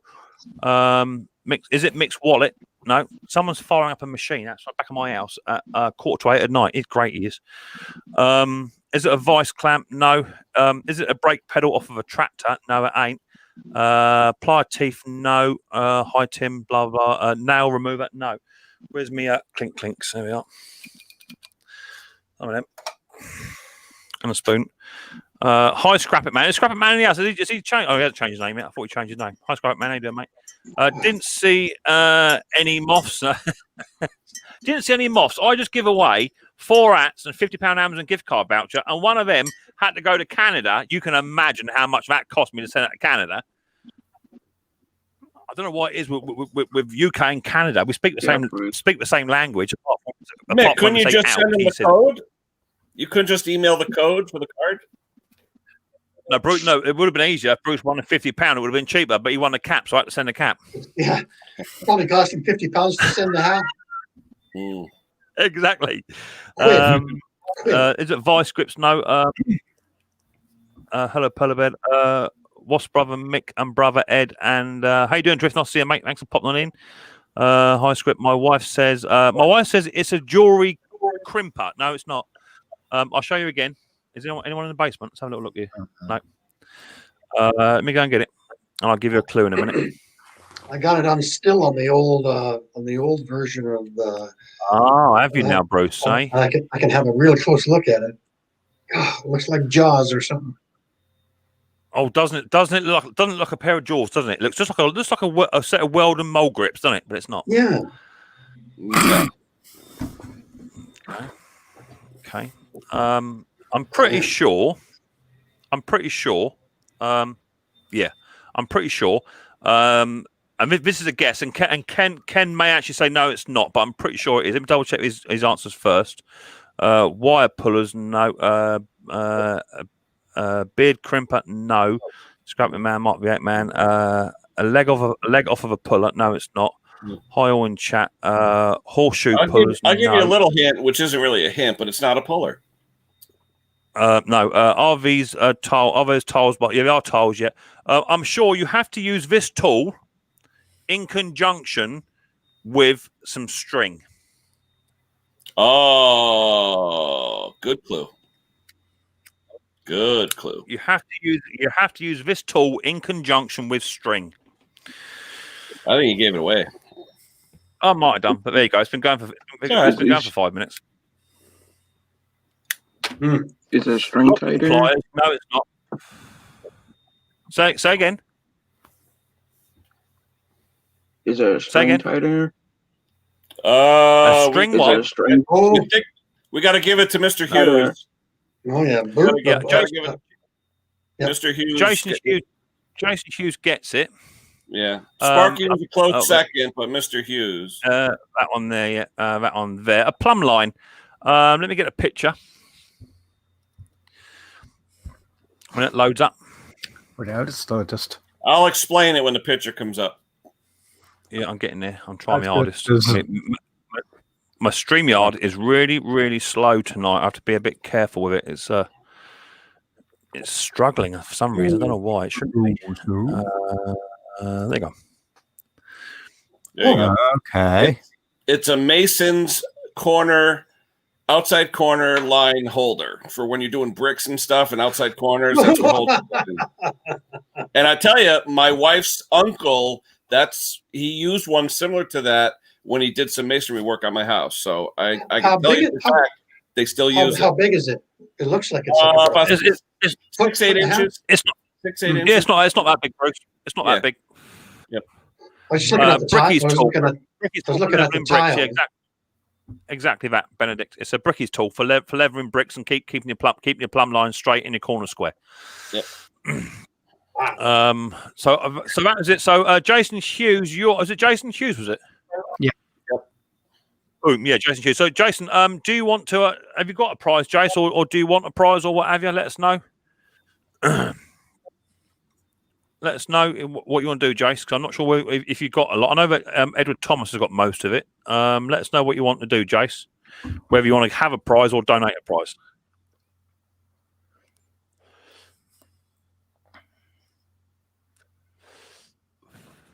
Let us know. Who was that there? Keith says, talk about governor systems. So what do you want to know about governor systems? Let me just explain that tool real quick, because someone just texted me. The way it works, because people are asking me, how does the string not fall out and yada, yada. Let me just explain. When you have that tool, okay, where is it? When you have the tool, hold on, where are we going here? It's hard to do, hey, left, right. When you have the tool, the string, what you're doing is you're capturing the string in those two grooves, and you're not pulling the string parallel. You're pulling the string on an angle. So you're sweeping the wall to see how 90-degree you are to the faces. So one guy holds Jason, the corner, and the other guy pulls the strings to make sure you're plumb. You have another one on the other corners, and you pull them like a pair, and you see how square your corners are. So, Jason, you can either have a key ring, a bottle opener, a sticker, or a pen, mate. Let us know what you want. And if one of those items tickles your fancy, oh, sorry, Ken. If one of those items tickle your fancy, if you just email me up at the email address below. There it is there. Does the string just put I'm a winner. One more question. Does the string go between those 2 feet? The string is held, and you're lifting up the string with those 2 V's, holding it against the block. So you're putting it in the corner, and then you swing with another one on opposite corners. You go up and down with other masons, and they check to see if the wall is square all the way up and down. Wow. Hey. Instead of a laser, or So Jason Shoes wants a pen. Cool. There you go. There's another superstar just come on into the chat. Look, another massive YouTuber. There's Luke from Life's Hobbies and Happenings. Also, Luke's Mowers and Stuff. Hi, Mick. Just popped in and say hello. Off for a takeaway in a minute. Oh, you are a lucky boy. There's Luke from Mowers and Stuff and Life's Hobbies and Happenings. If you haven't got Luke, he's a good friend of mine. Go and check him out. He's got a heart of gold, and he does some good stuff too. So go and check him out. So Jason Shoes wants a pen. Don't forget to email me up then, Jason. If you don't email me up, you don't get. Simple as, because I will forget. I promise you, I will forget. Let's have a quick start with your coffee. So I've been super busy actually this week. I've probably done about 12 to 15 videos this week. Able to get them bumped out. Email address is already on the old on the screen there, Sparks. Oh, phone's ringing. And yeah, so I've been busy getting videos all sort of backed up and lined up because I was getting a bit behind, and you know, as of last week I had nothing in to do. So I've been doing a few subscriber request ones, which are just a little bit, you know, they're a bit mundane, and people have asked me to do it, but there's a simple one come out like how to sharpen a lawnmower blade, right? You know, it's bread and butter stuff. But if a subscriber asks me to do one, then who am I to say no? Where do you stand on that, Bruce? If a subscriber said to you, can I do a video of how to sharpen a lawnmower blade or how to do something mundane, would you do it or would you not? Sometimes I do. Probably on about 60% of the requests, I'll go do something like that. I might insert it I might put it into a video, like a pardon me. I'll mention. Ken said he wanted to see how a blade was sharpened, and then I did a specific one on sharpening blades, and it did very well. So, By the way I see it, and I was actually chatting to Life's Hobbies and Happenings. I was actually chatting to Luke about it because he messaged me about something else, and yeah, do you know what? I think I'll get a bit of stick for doing it, but there's, as I say, there's hundreds and thousands, if not millions, on how to do it. You know, but there's not one of me doing it. That's the way I look at it. So if I don't put no content out there, then I'm never gonna get the views. So nobody's done it right yet. Nobody's done it right yet, and that's the thing. I put out my latest video was how to mix 2-stroke oil. Right. Mm-hmm. Right. which in my opinion, and I know Bruce, you've done one of those. I've seen your one. It's open to interpretation, you know, of how you want to do it as an individual. And I got not negative comments, but I got a few people saying I just put my petrol on. I can see you, Tim. The more you wave, don't mean you come up any faster. Yeah, see, I can see, babe. I can see you down there. It's open to interpretation. Where you live, what climates you live at, what machines you run, how busy your machines are. So if you're professional or if you're home user, what sort of equipment do you need to buy if you don't want to go into a lot of finance? And someone said, all I do, I just put in oil and petrol in a 10-litre drum, and that's it. Done. I never have no problem. It's been running machines 35,000 years. That's absolutely great. If that's what does your thing, then that's up to you. Other people said there's a additive you can put in, and some people are not into putting additives into their fuel. You know, some people just don't do it. So it's open to interpretation. I did have one comment come back in. Let me just grab my phone. This is a lovely comment. It came in off of a video of about 8 months ago. Okay, let me just try and find this little comment. This is a lovely little comment. You'll like this. Where was it? It was quite an old video. I was doing a repair on a Masport.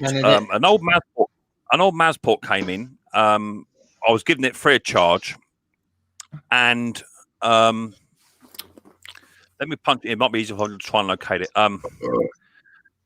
Masport service. Let's plug that in. See what happens. See if mine comes up. It probably won't. Anyway, it came up and it just said this bloke is a, and the word began with W. There it is there. Right. Yeah, hello, everybody. That's me and Riley Boy. So I got my little Riley Boy on the video. All right, and this comment came in. I'll read it out to you. It's a lovely comment. I absolutely adored it. Where is it? Enjoy your video. Like your video. That's good. That's all fantastic. Thank you very much for that. But yeah, it says something like, this bloke is an absolute W. Get to the blinking point, mate, for Christ's sake. So how do you reply to a comment like that? You don't. Oh no, Bruce. I had, you know, me being me, I had to respond. I gotta say something. The first thing I do is I go to that guy's channel, and if he's never made a video, I give him a little cut and paste paragraph from a Word document saying, if you made videos, you have the right to be a little bit more critical, but you've never made a video. If you do make a video, I'll go watch yours and I'll give it I'll like it because you put the effort into doing it. Yeah. And that's a nice little comment to put, Bruce. However, that's not what I put. What'd you say? No, I can imagine. At the moment, I can't find it. But it's on there. So I put, hi. Many thanks for your proactive, positive and whatever comment. Pleasant. However, I cannot have narrow-minded idiots like you commenting on my channel. I've been over to your channel and see that you like playing video games and watching cartoons. Keep tapping your thumb, sweetheart. Lots of love, Mick. And with that, I sent the message. And then blocked him. So now he can read the message, but he can't reply back. So hopefully he's now tapping his thumbs, trying to respond. Bruce, I agree, and Mick, as always, I have give them a little back. Exactly. Yeah, you can't just let them. You can't just let them get away with that. So he likes to watch and I'm hoping it's not a child because I don't think it is because they use the W word. So hopefully it's not a child, but yeah, I did that because I like watching Minecraft, and I don't understand it. Do you guys do this at all? Do any of you guys watch on YouTube somebody playing a game whilst their image is up the top left or right hand corner, and they're playing the game, but you're watching them play a game and whilst they're playing a game? Do you see what I mean? Only if I want to cheat on a game. Rarely, very rarely. I can't figure that out. I used to run a gaming server, and for many years, and I couldn't do it. We tried promoting people, and I would put it up on like the channel, like we have Discord where you can actually show it through Discord. I can't bear it. It's painful watching somebody else play. Yeah. Unless they have a highlight moment. If they have a highlight moment where something blew up on accident and it looked really cool, and it's like, that's cool. You know, you F12 it, and you screenshot it. And, you know, it's fun. Yeah, I can't figure out. Yep, I do mainly because I want to see the games, but I can't afford to buy them. That's fair enough. I get that. Yeah, that's a bit of a valid reason. I understand that. Also, if you want to see what a game looks like, and you might want to buy it, and maybe you don't, and you want to watch it. A lot of guys do what we do with the games. You guys know that. You know, they give you how-tos and how to walk through, and I've watched the walkthroughs trying to figure out how this guy managed to pull off 6-7 different hand movements with only 2 hands. You got to have like 20 fingers for some of these moves you got to pull off on some of these games. I've actually had to try to cheat to do some of these things on these games. It's like working on a Tecumseh carburetor. No, that's easy. I don't know why you guys don't like Tecumseh. I like Tecumseh. Oh no, I'm a Tecumseh lover. Yeah, I definitely am. And I like Kohler, too. I'm going to get thrown off right now. See you, Vic. Oh, no. You're right there, baby. You're absolutely right there. Back to Kohler. Hey, Ken, what's with it with that screen on, with that covering in between the float and the rest of the carburetor on those Kohler 10 horses? What? It's like sort of like a splash shield. So it stops cavitation. Well, yeah, that. And years ago, they used to have a little spring underneath the float to keep the float level on bumpy ground. Oh, like a 2-stroke. Yeah, I got a two-stroke lawnmower that has a little spring on there. Yeah, so on bumpy ground, it doesn't flat out. There you go. Luke from Mowers and stuff is saying Tecumsehs are fine. See, what I can do, I can just remove that comment. And then I don't have to. Easy. Tecumseh's are paying me off, and that's why, Bruce. That's why, Bruce. Despite the fact you love them, when you were doing the needle and seat on that one, that's why you didn't take the manifold off and all that sort of stuff, because you know what's entailed. You know what's got. You know what's got off to get to it. So you did it. You did it. It's the intake manifold gasket, and it's that second governor link with the spring. Yeah. Leave it all. Yeah, you're quite right. Bruce should be over here, shouldn't he? Bruce should be over there. That's where Bruce should be. I should be down here out the way next to Dick. That's where I should. That's it. I should be down here. That's better. Bruce is now in the hot chair because he's a man that knows his stuff. So you don't mind the company then, Arch?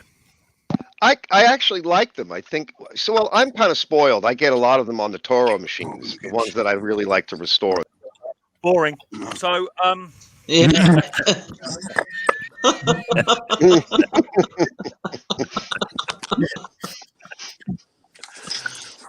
Do you know what? I don't mind them. I don't mind. I think it is for us over here is they're just a pain in the backside to get parts for over here. That's the biggest problem. Yeah, the carbs, definitely. Yeah, that's the biggest issue. You just can't. Just repeat. As mentioned, they should donate a $5 to the Smith McGuinness charity fund. Yeah, definitely. That's the thing. How you doing, Nicky? Nice to see you, mate. Thanks for popping Nicky on Walsh. I do think that the 5-horse Tecumseh horizontal is a poor motor. Yeah, I would agree because but even in general, when I was a kid, we had our choice to what to put on a mini bike. It was not a Tecumseh. Right. You blow a rod. Yeah. Yeah, I was watching. Who was I watching the other week? He was tearing down a machine, and it was God, what the hell was that? I don't. It had the same disc drive. Who's eating? Is that you, Tim? Me. I'm not eating this Ken. My lord. No, I think it's me. My back tobacco package. It's one of you. I'm eating. Someone was doing a video the other week that had a Tecumseh, but it had the snowblower drive on it. You know the disc drive on the snowblowers. Yep. But I think it was actually on a ride on mower. Oh, that was. Yeah, but that's the way they used to sell them, Mick. They used to be sold as two-wheel tractors, and you bought the implement for the front, whether it's a tiller, a tractor, or whatever. They were sold as two-wheel tractors. Is that not Ellis? It could have, but no, I don't think it was Ellis. No, I don't think. Oh, did anyone see? Oh my lord! Did anyone see Ellis go through the garage at about 35 mile an hour? he just missed his car. He just missed his car. Can somebody please run? Products he got. Can someone please run Ellis Mowers' link in the chat? Okay, it's really important you do this. Okay, someone run Ellis Mowers' link in the chat, and I want you to go and find the video. It would be quite recent. He does do videos very often, so it'd be about 3 videos down, and just have a little look at the video where I think he's on a little. Is it a little red snapper he's on or something like that? I can't remember now. Much like the one you worked on last week. It. Yeah, rear engine rider. Anyway, he fired it up, and he hadn't sorted out the kill switch, so he couldn't turn it off, and it had no brakes on it. So he shoved it into drive at full bore, and it went in the shed like Roadrunner. he hit the camera. The tripod went for a Burton. Nearly had his toolbox over. Nearly hit his car. He hit the bench. He ran it right into the bench. Yeah. So go. Someone run Ellis Mowers' link for me. Find the video, and just comment in the video. Said Micks Mowers said I would like this. Okay, and I just want to give him a bit of stick. Is he in the chat, Mick? Let's get rid of that. We can't have the S word in my chat, unfortunately. We can't have that word. We don't have no swear words in there because it's categorized as spam, so we can't. Yeah, Jeff, no swearing, buddy boy. You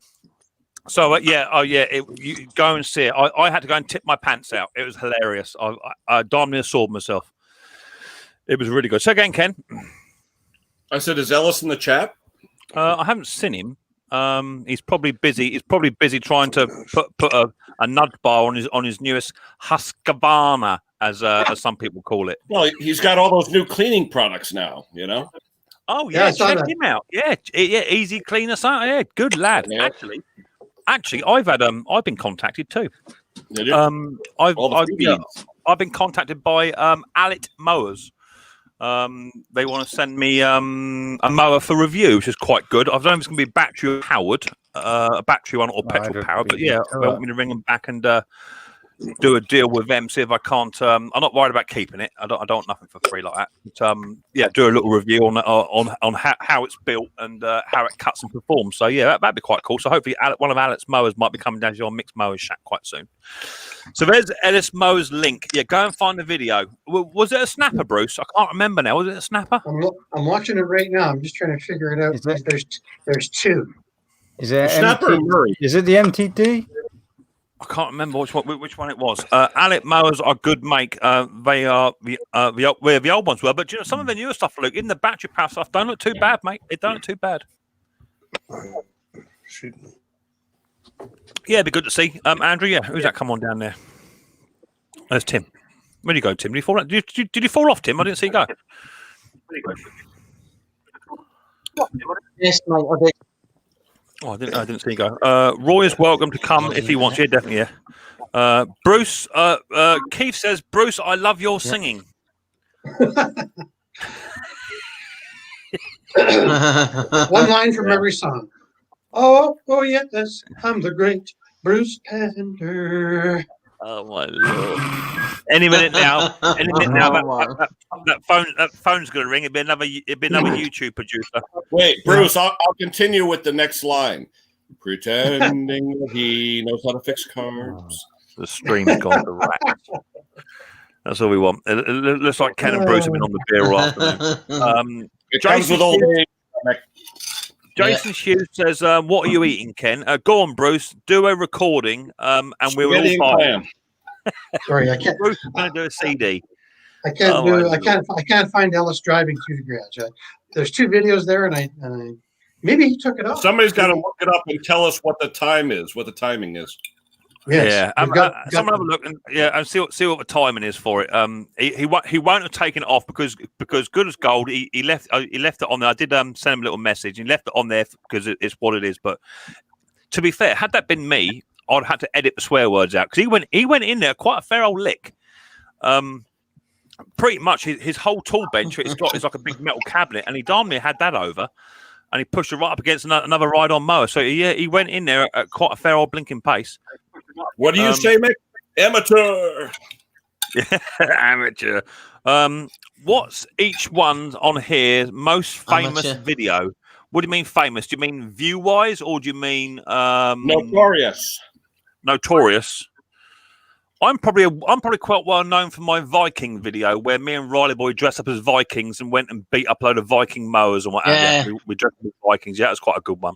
Yeah, that video was brilliant. Yeah, mine was one of my first live streams where the trolls took over. Yeah, definitely, Ken. That wins where you got porn bombed. Yeah, that was brilliant. What's your most outrageous video, Bruce?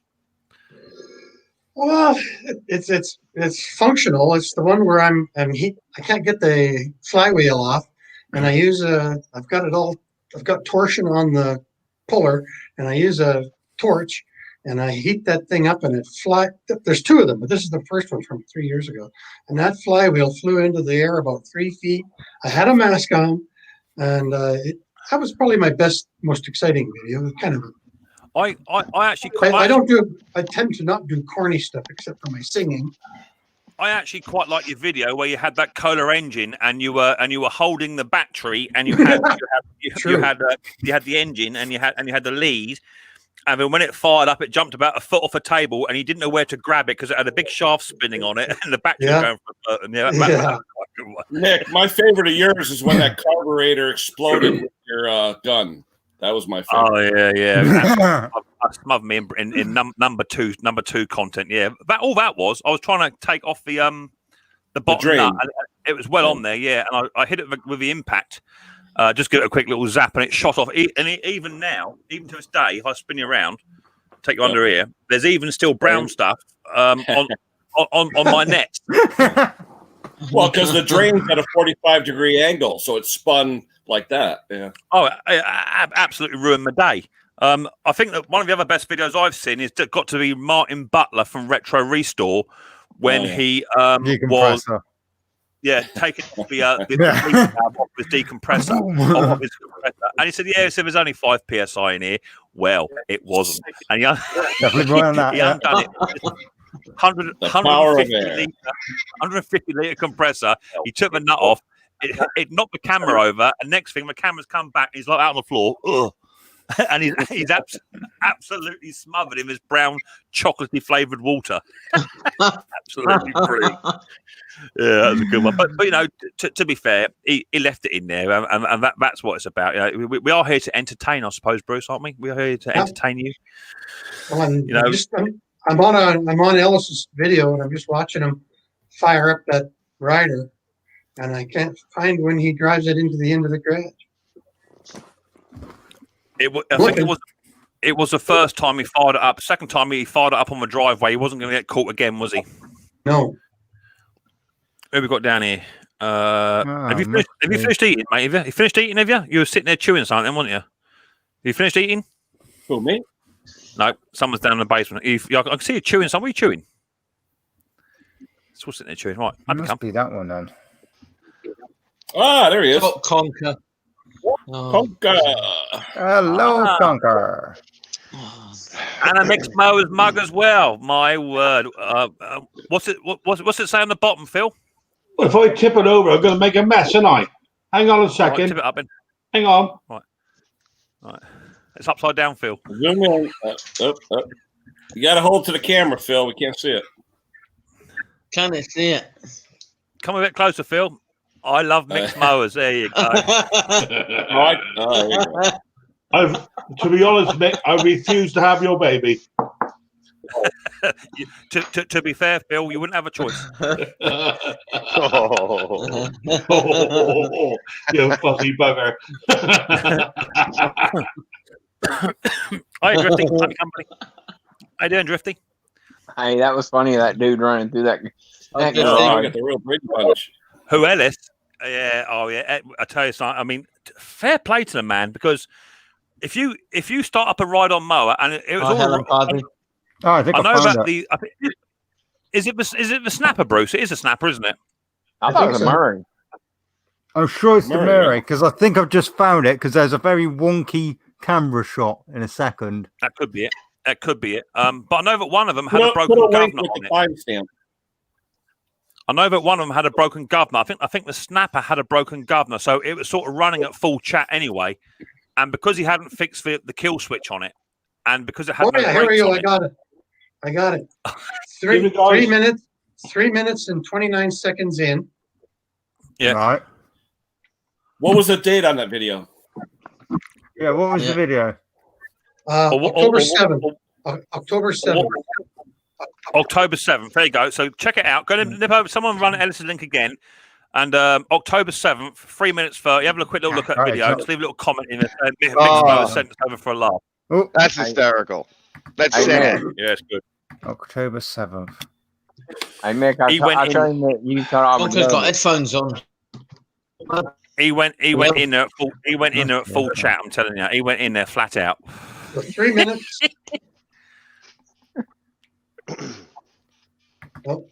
3 minutes, 20 seconds. Start there. 3 minutes, 20 seconds. Yeah, start right there. I think I got it. Just gets on. He's fiddling with the throttle. You guys can see it. Shall I I'll tell you what I'll do. Make it a bit easier for you. Let me go over to the channel. Let me go. Okay, yeah, channel. I got it. That's Arch's garage. Yeah, I can show it on my screen. Have a little look at it. Right. I'm just going to share it. I'm just going to find it. 309. Start at 309. Garage. Hang on. He's putting the I coil got on. it. Yeah. Oh, went flying. Oh. 317, 318. Hang on, I'm getting there. Okay, so 321. I bet you're going 15 mile an hour in that garage. 325. 325 is it. Hang on, I'm just going to load this up. Hang on. Yeah, 325 is it? Hang on. Yep. Let me blow that up. 325, Bruce. There it is, right there. Ben's got it. Hang on. It is on it. Right, here we go. Hang on. Here we go. Here we go. Let's have a little look. Poor guy. Here we go. Is he online? There it comes. The screen. I can't find it. Where is it? Where is it? Where is it? Where is it? Where is it? It's here somewhere. Is that down here? Down the bottom. No, that's not it. What do I do with it? That's it. Yes. Right there, yeah. Perfect. There you go. Yeah, there it is. His ears must be ringing. Terrible. Oh. Well, good for him for leaving that in there.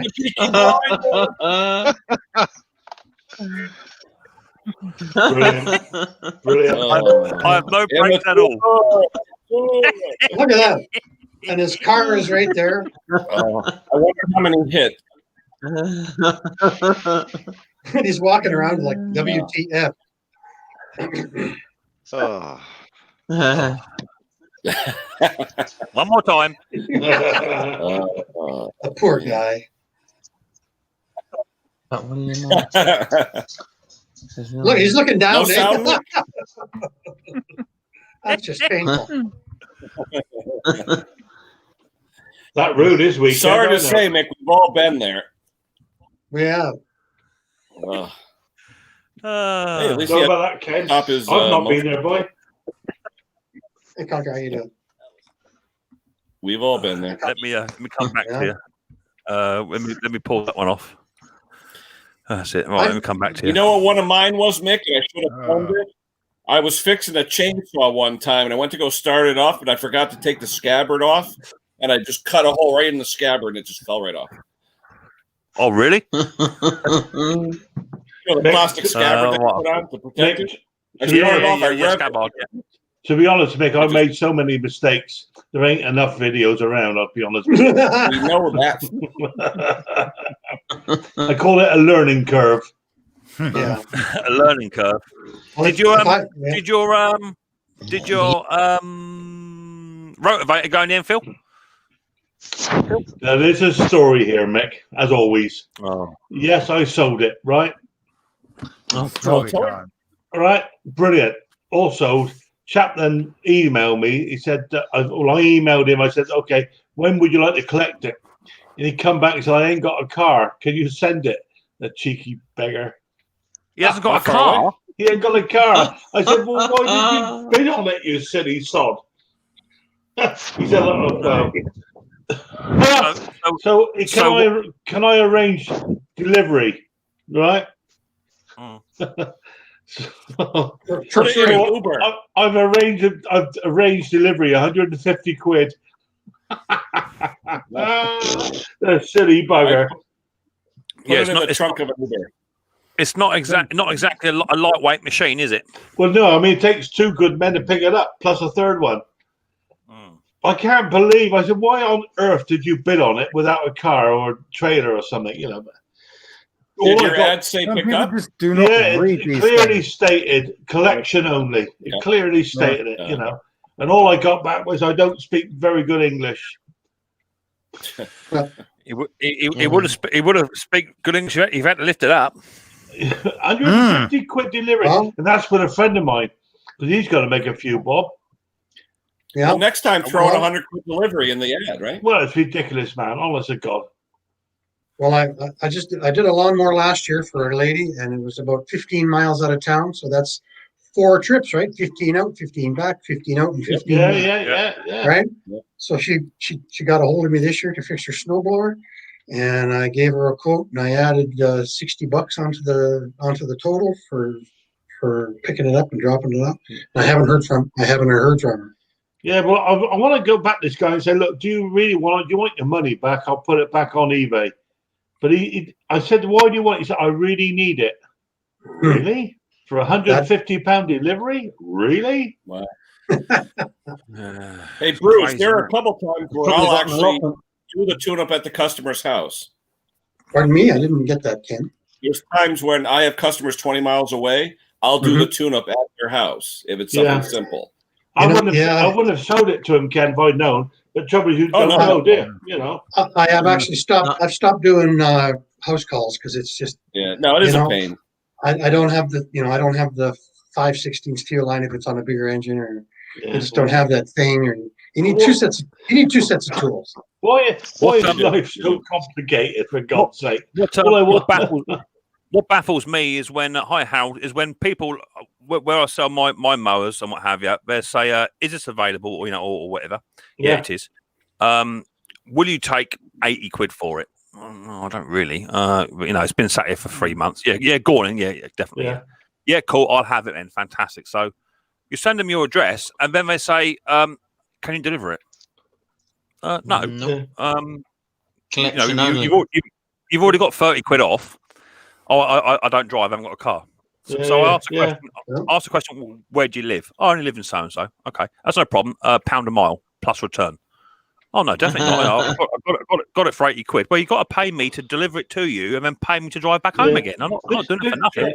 This guy actually paid me straight away. At the end of the auction, he paid straight away. Boom, money's in the bank. Thank you very much. But I just didn't want to hassle, quite frankly. And it isn't, let's say it's $1 a click, $1 a kilometer to deliver it, or 50 cents a kilometer.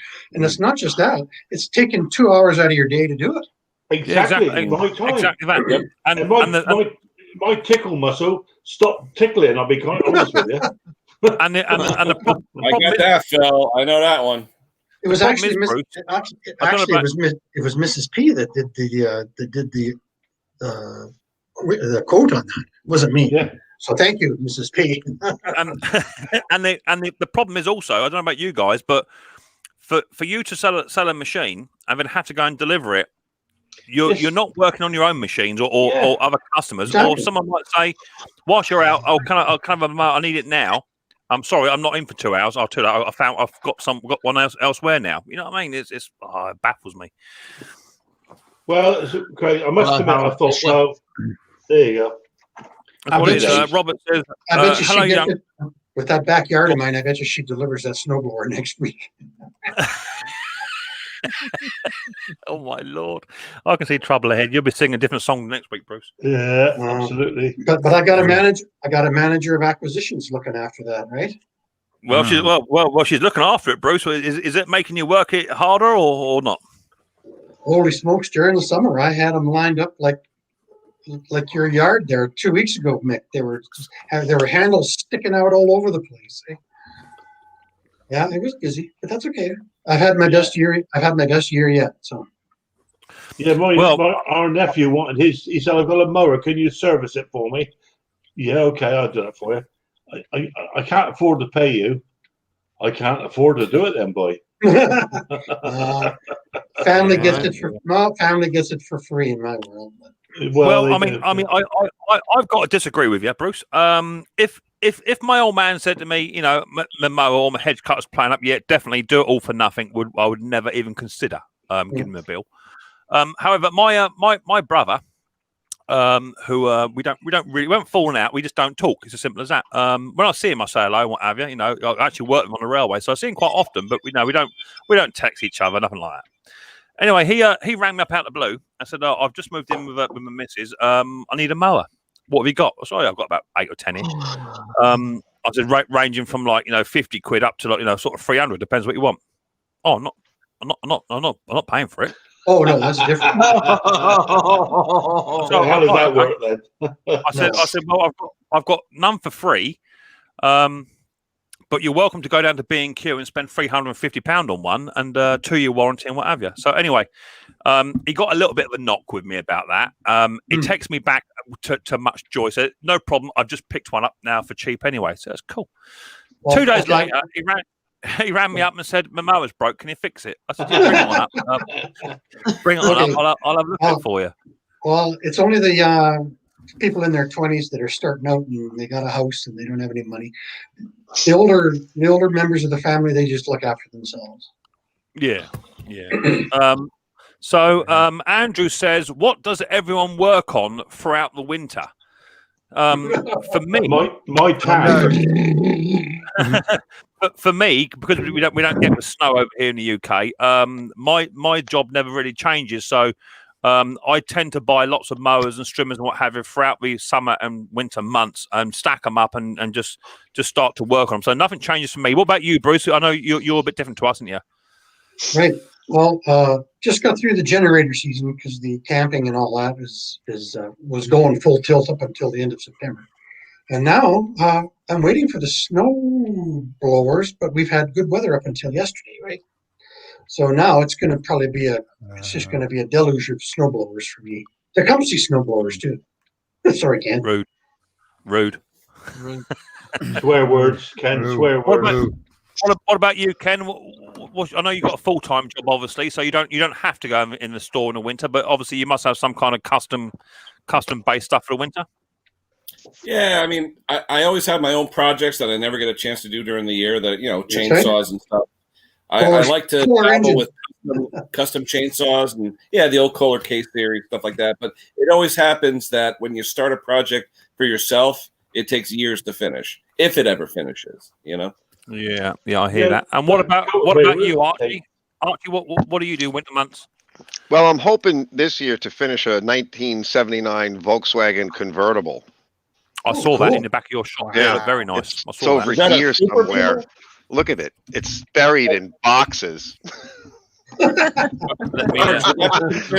I have to dig it out. And there's more stuff underneath. So first I have to dig it out, and that's going to be a chore. And I hope to finish it, So you're half done. Yeah. But it's half painted. It's actually half painted. Like literally half of it is painted. It's primed. I saw the primer. Yeah, the white is actually the second coat of the actual color, but the stuff underneath, the fenders and the bonnet and everything around here is in last coat of primer. Now it's probably going to need a little more primer because it's been sitting out. But that is hopefully a project I can finish this year. And on top of doing that, I mean, I hope snow blowers. It doesn't snow here. It stopped snowing. Well, welcome. Come on out. Come on out to Western Canada. I know. I've shown it before. It's so cold. I don't think I can take the cold anymore. I'm getting too old for cold. Come on out to Bruce's place. Yeah. I know that Jason, bless his heart, little Jason Pate, and I say little not because he's short. No, but little Jason, bless his heart, he had like 10 or 12 snowblowers all lined up outside the front of his garden and didn't see one snowflake. Yeah, yeah, and he'll sell them though. He'll sell a couple because his area, our island is it's really long. That's why they call it Long Island, but it's 25 miles at its widest. So where he is, it won't get any more snow. It's just I think the people over there have a little bit more disposable income, and they can maybe afford to say, all right, there's a guy selling a snowblower up the block for like half the price or whatever. And so they'll buy it kind of prophylactically. But the past 3 years now, it hasn't really snowed. So I'm wondering what the psychology is here. Is it people going to say, well, gee, it hasn't snowed for 3 years, so maybe it's really going to snow bad, and will they buy it? Or will it be, it hasn't snowed for 3 years, it's not going to snow this year either? Well, the problem is when it does snow, they're all sold out. Yeah. Yep. Always. Yeah. That's all right. He was hypnotized. Sells them for more than they're worth. I can't believe the price he gets. He sold a used steel chainsaw for $20 more than the list price. Yeah, that's what I was saying. Where he is really, it's like unique because they're just. Although, from what I understand, and you guys probably know this, his clients can be a bit more of a pain in the bum, but they'll pay a little bit more. It's because they're affluent. Money, Arch. No, they're affluent. They're affluent. I don't know if they're actually affluent. I mean, Long Island, it's a tough place. I don't even know if there's another place in the country, in the world. There. How's that? It is. It's ridiculous. It's killing me. And don't be surprised. I really want to go. I got to get out. Hey, I'm in Connecticut, Arch. Believe me. Arch, I'm Fairfield County, Connecticut. I know. Yeah, I used to work there for 7 years. I worked up in Stratford. I stayed there. 3 miles from Stratford. Where'd you work in Stratford? Tower equipment. Yeah, it's like right. Yeah. You were a communications guy? I know that. Yeah, I did a lot. I did control panels and control systems for heating, ventilating, and air conditioning for them. Oh. So, but it does employ communication systems, front ends, back ends, where you're monitoring all this stuff through software. And was Cooper standard at Stratford, Ken? Cooper standard was Cooper standard. Cooper has a place in Shelton, Connecticut, Phil. There's a town called Shelton, Connecticut. Cooper's over there now. Yeah, I used to work. Which is connected to Stratford as well. Yeah. Yep. I almost moved to Connecticut. Cooper, there's two of them, Phil. There's Cooper Surgical and there's Cooper Tools. There's two different ones. This is automotive, mate. This is automotive. Yep. Yeah. Cooper Tools. Yep. You're like Armstrong. Yep. Whatever, mate. Sorry. I got my serious face on tonight, haven't I? I'm sorry, you haven't got one, have you? Okay. Well, Kimberly, You haven't got a serious face, have you? Hey, Kimberly. Kimberly and I are going to say goodbye. Bye-bye, Kimberly, darling. Bye-bye. Bye. Bye-bye, sweetheart. See you later, Kimberly. Bye-bye, lovely. Take care. Yeah. See you later, Bruce. See you later, matey. Have a good one, mate. Thank you so much. That was wonderful. Easy. Stay safe. No worries. Night, Bruce. Keep the caller questions coming. Yeah, I've learned a lot. Thank you. I've learned a lot. Good luck with that, matey. I felt embarrassed. I didn't know that those valves were adjustable, Well, it happens. Right, we'll chalk up all day. They often say you can't teach an old dog new tricks, but there you go. There's your message. Bruce, anything you want to know, mate, just ask me. I don't mind. Bye. Later, Bruce.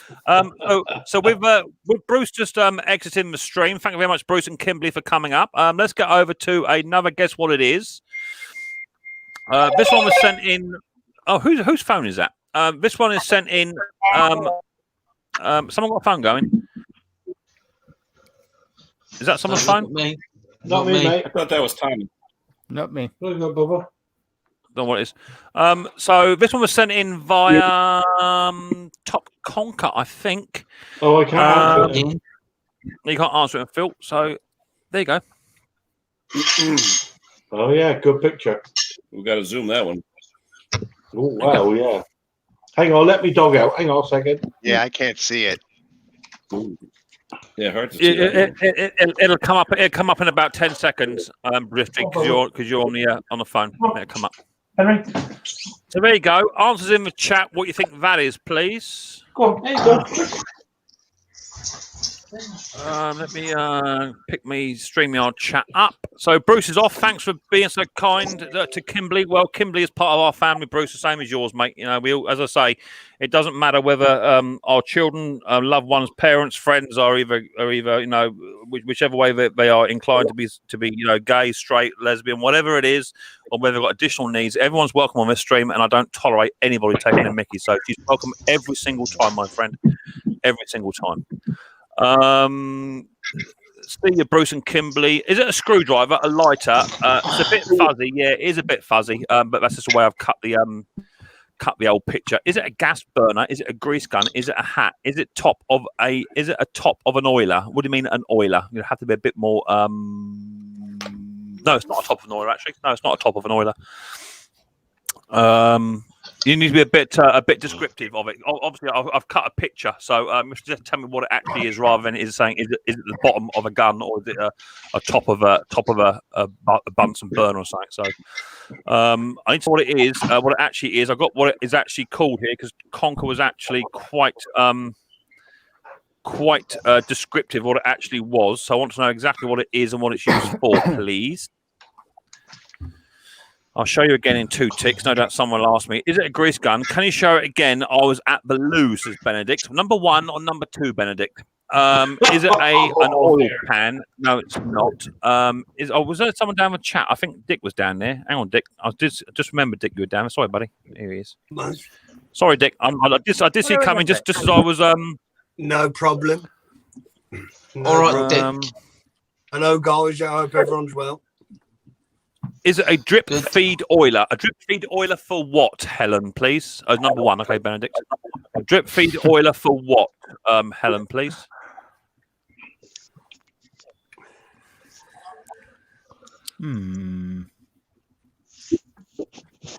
So it's a drip feed oiler. We just have to know for what? Well, it could be a drip feed oiler, but there are lots of drip feed oilers. I've got drip feed oilers for my Ransom Marquis for the rear rear roller. Helen says, "Is it a drip feed oiler for a lathe?" Stop! We actually have a winner. Congratulations, Helen! Oh wow! It is you. Beauty. It is you, Helen. Well done. Let me get the picture for you. Share screen and. Phil, is it an original kids oiler? So it's actually a drip feed oiler from a Mayford was it a ML7 lathe? That's a drip feed oiler there. Yep. So congratulations to you, Helen. You are our winner. So all you've got to do, Helen, is either in the chat let me know what you want to do, if you want to donate a prize, or if you want to prize yourself. If you want to prize yourself, you have to email me up and let me know what it is you actually want. A keyring, a pen, a bottle opener, or a sticker. Let us know what it is. I have 2 of those on my ML7. There you go, Benedict. So I didn't show it, Benedict, while she was in the loo, but inside information. Her husband has the same lathe. There you go. There you go. Let me go and find another one whilst Helen's making. Oh dear, oh dear. Whilst Helen's making her mind up, let me find another one. This one may be a little bit more tricky for you. Some of you may get this, some of you may not. I've got another picture lined up. What's Helen saying? Husband got the same lathe. So do you want to prize Helen, or do you want to donate it? Up to you, babe. Hi guys, sorry I'm late. I'm working, so I'm listening on my loudspeaker. Thank you very much, Brandon. Thanks for coming. Can you have a sticker? Yeah, no problem, Helen. You have a sticker. Just email me up. The link, the emails on the bottom of the page there, or if not, it's in my about page or my banner. Email me up saying I'm a winner. I would like a sticker, please, and just leave me your address, and I'll get that posted off to you probably before next Christmas. So that's cool. How you doing, then, Dick? Are you all right, buddy? I'm all good, mate. How are you? Oh all yeah, good. I ain't doing too bad. I'm going to ask you again. How's the Briggs lawnmower doing? Which one? The 450? Yeah. It's to be honest, mate, I haven't looked at that. I've been working on others. I know it sounds bad. I haven't looked at it since it's come back. I've got another. I think what's this one? I've got another 450 series Briggs on the bench now as we speak. But okay. I haven't. I should have listened to you and used a genuine carb. Yeah, possibly. I mean, I know you were saying that things have slowed up, haven't they? You can't get hold of much stuff at the moment. Mate, I've been over to Shropshire today, which is probably a 100-mile round trip just to pick up a self-propelled Mountfield. Mate, I know. I see. Is that a Viking I see there, Mick? I'm envious. Yeah, I'm envious. 20 minutes away. 20 minutes away. I know. Well, I've had a 100-mile round trip for a self-propelled. I think it's a 16-inch Mountfield HP 414. I think it is, or something like that. I've got flashing lights. Hey, Nick, don't worry, mate. I'm the same. It's absolutely bone dry down here in the south. Oh, it's desperate. I mean, I'm only prepared to pay for the non-runners a certain amount. So if someone's asking for 40... Andrew, I'm not rubbing it in. I'm not rubbing it in the slightest. Dick, 20 minutes away.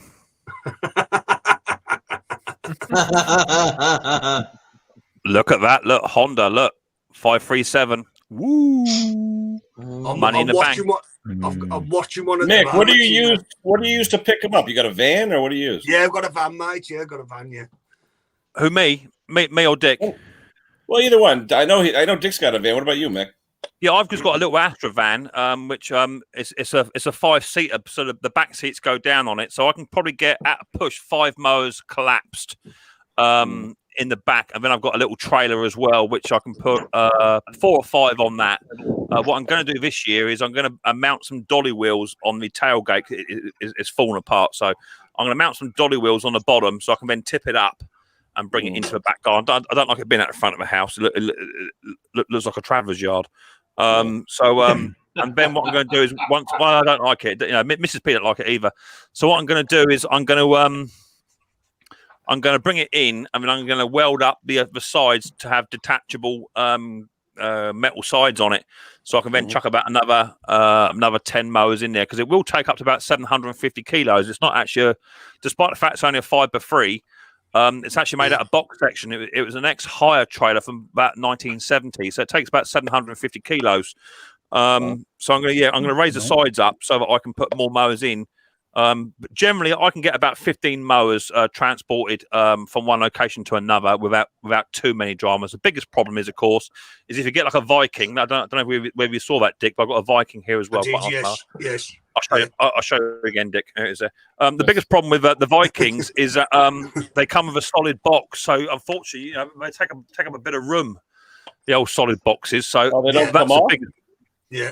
It comes off, but you can't collapse it. They don't squish. Okay. Yep. I don't know whether this is any good to you, Dick, as well. I don't know if you saw this. Not rub it in. I'm not rubbing salt into the wound, I would suggest. Yes, definitely. Ignore it, mate. You better watch, Mick. He's going to take that razor blade out of his hat. Actually, I'm saying that. Look at that little Mountfield. Look, that little Mountfield just there. Look at it. Look, that ain't done nothing, is it? Yeah, it looks nice. It's lovely. Yeah, What's wrong with that? There. Say again, mate. What's wrong with that? From what I've seen, it's just the intake fuel hose has snapped off a carburetor. That's it. All right. No. Look at that there. Look at that little beauty. Look, L47. Coming my way. I don't like it. I think them fly mowers are all right. I've got a Toro fly mower with an under on top. I think they're good little machines, the fly mowers. Yeah, but you're talking about a 4-stroke fly mower there, aren't you, Dick? Yes. Sorry. Get your hands on one of these. Get your hands on one of these. It'll ruin your day.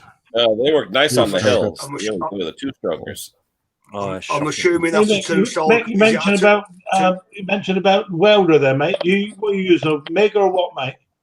I've got a stick welder, but I'm looking at getting a MIG as well. Yeah, I'm looking because I'll tell you, I don't know the rest of you guys, you get a lot of mowers in.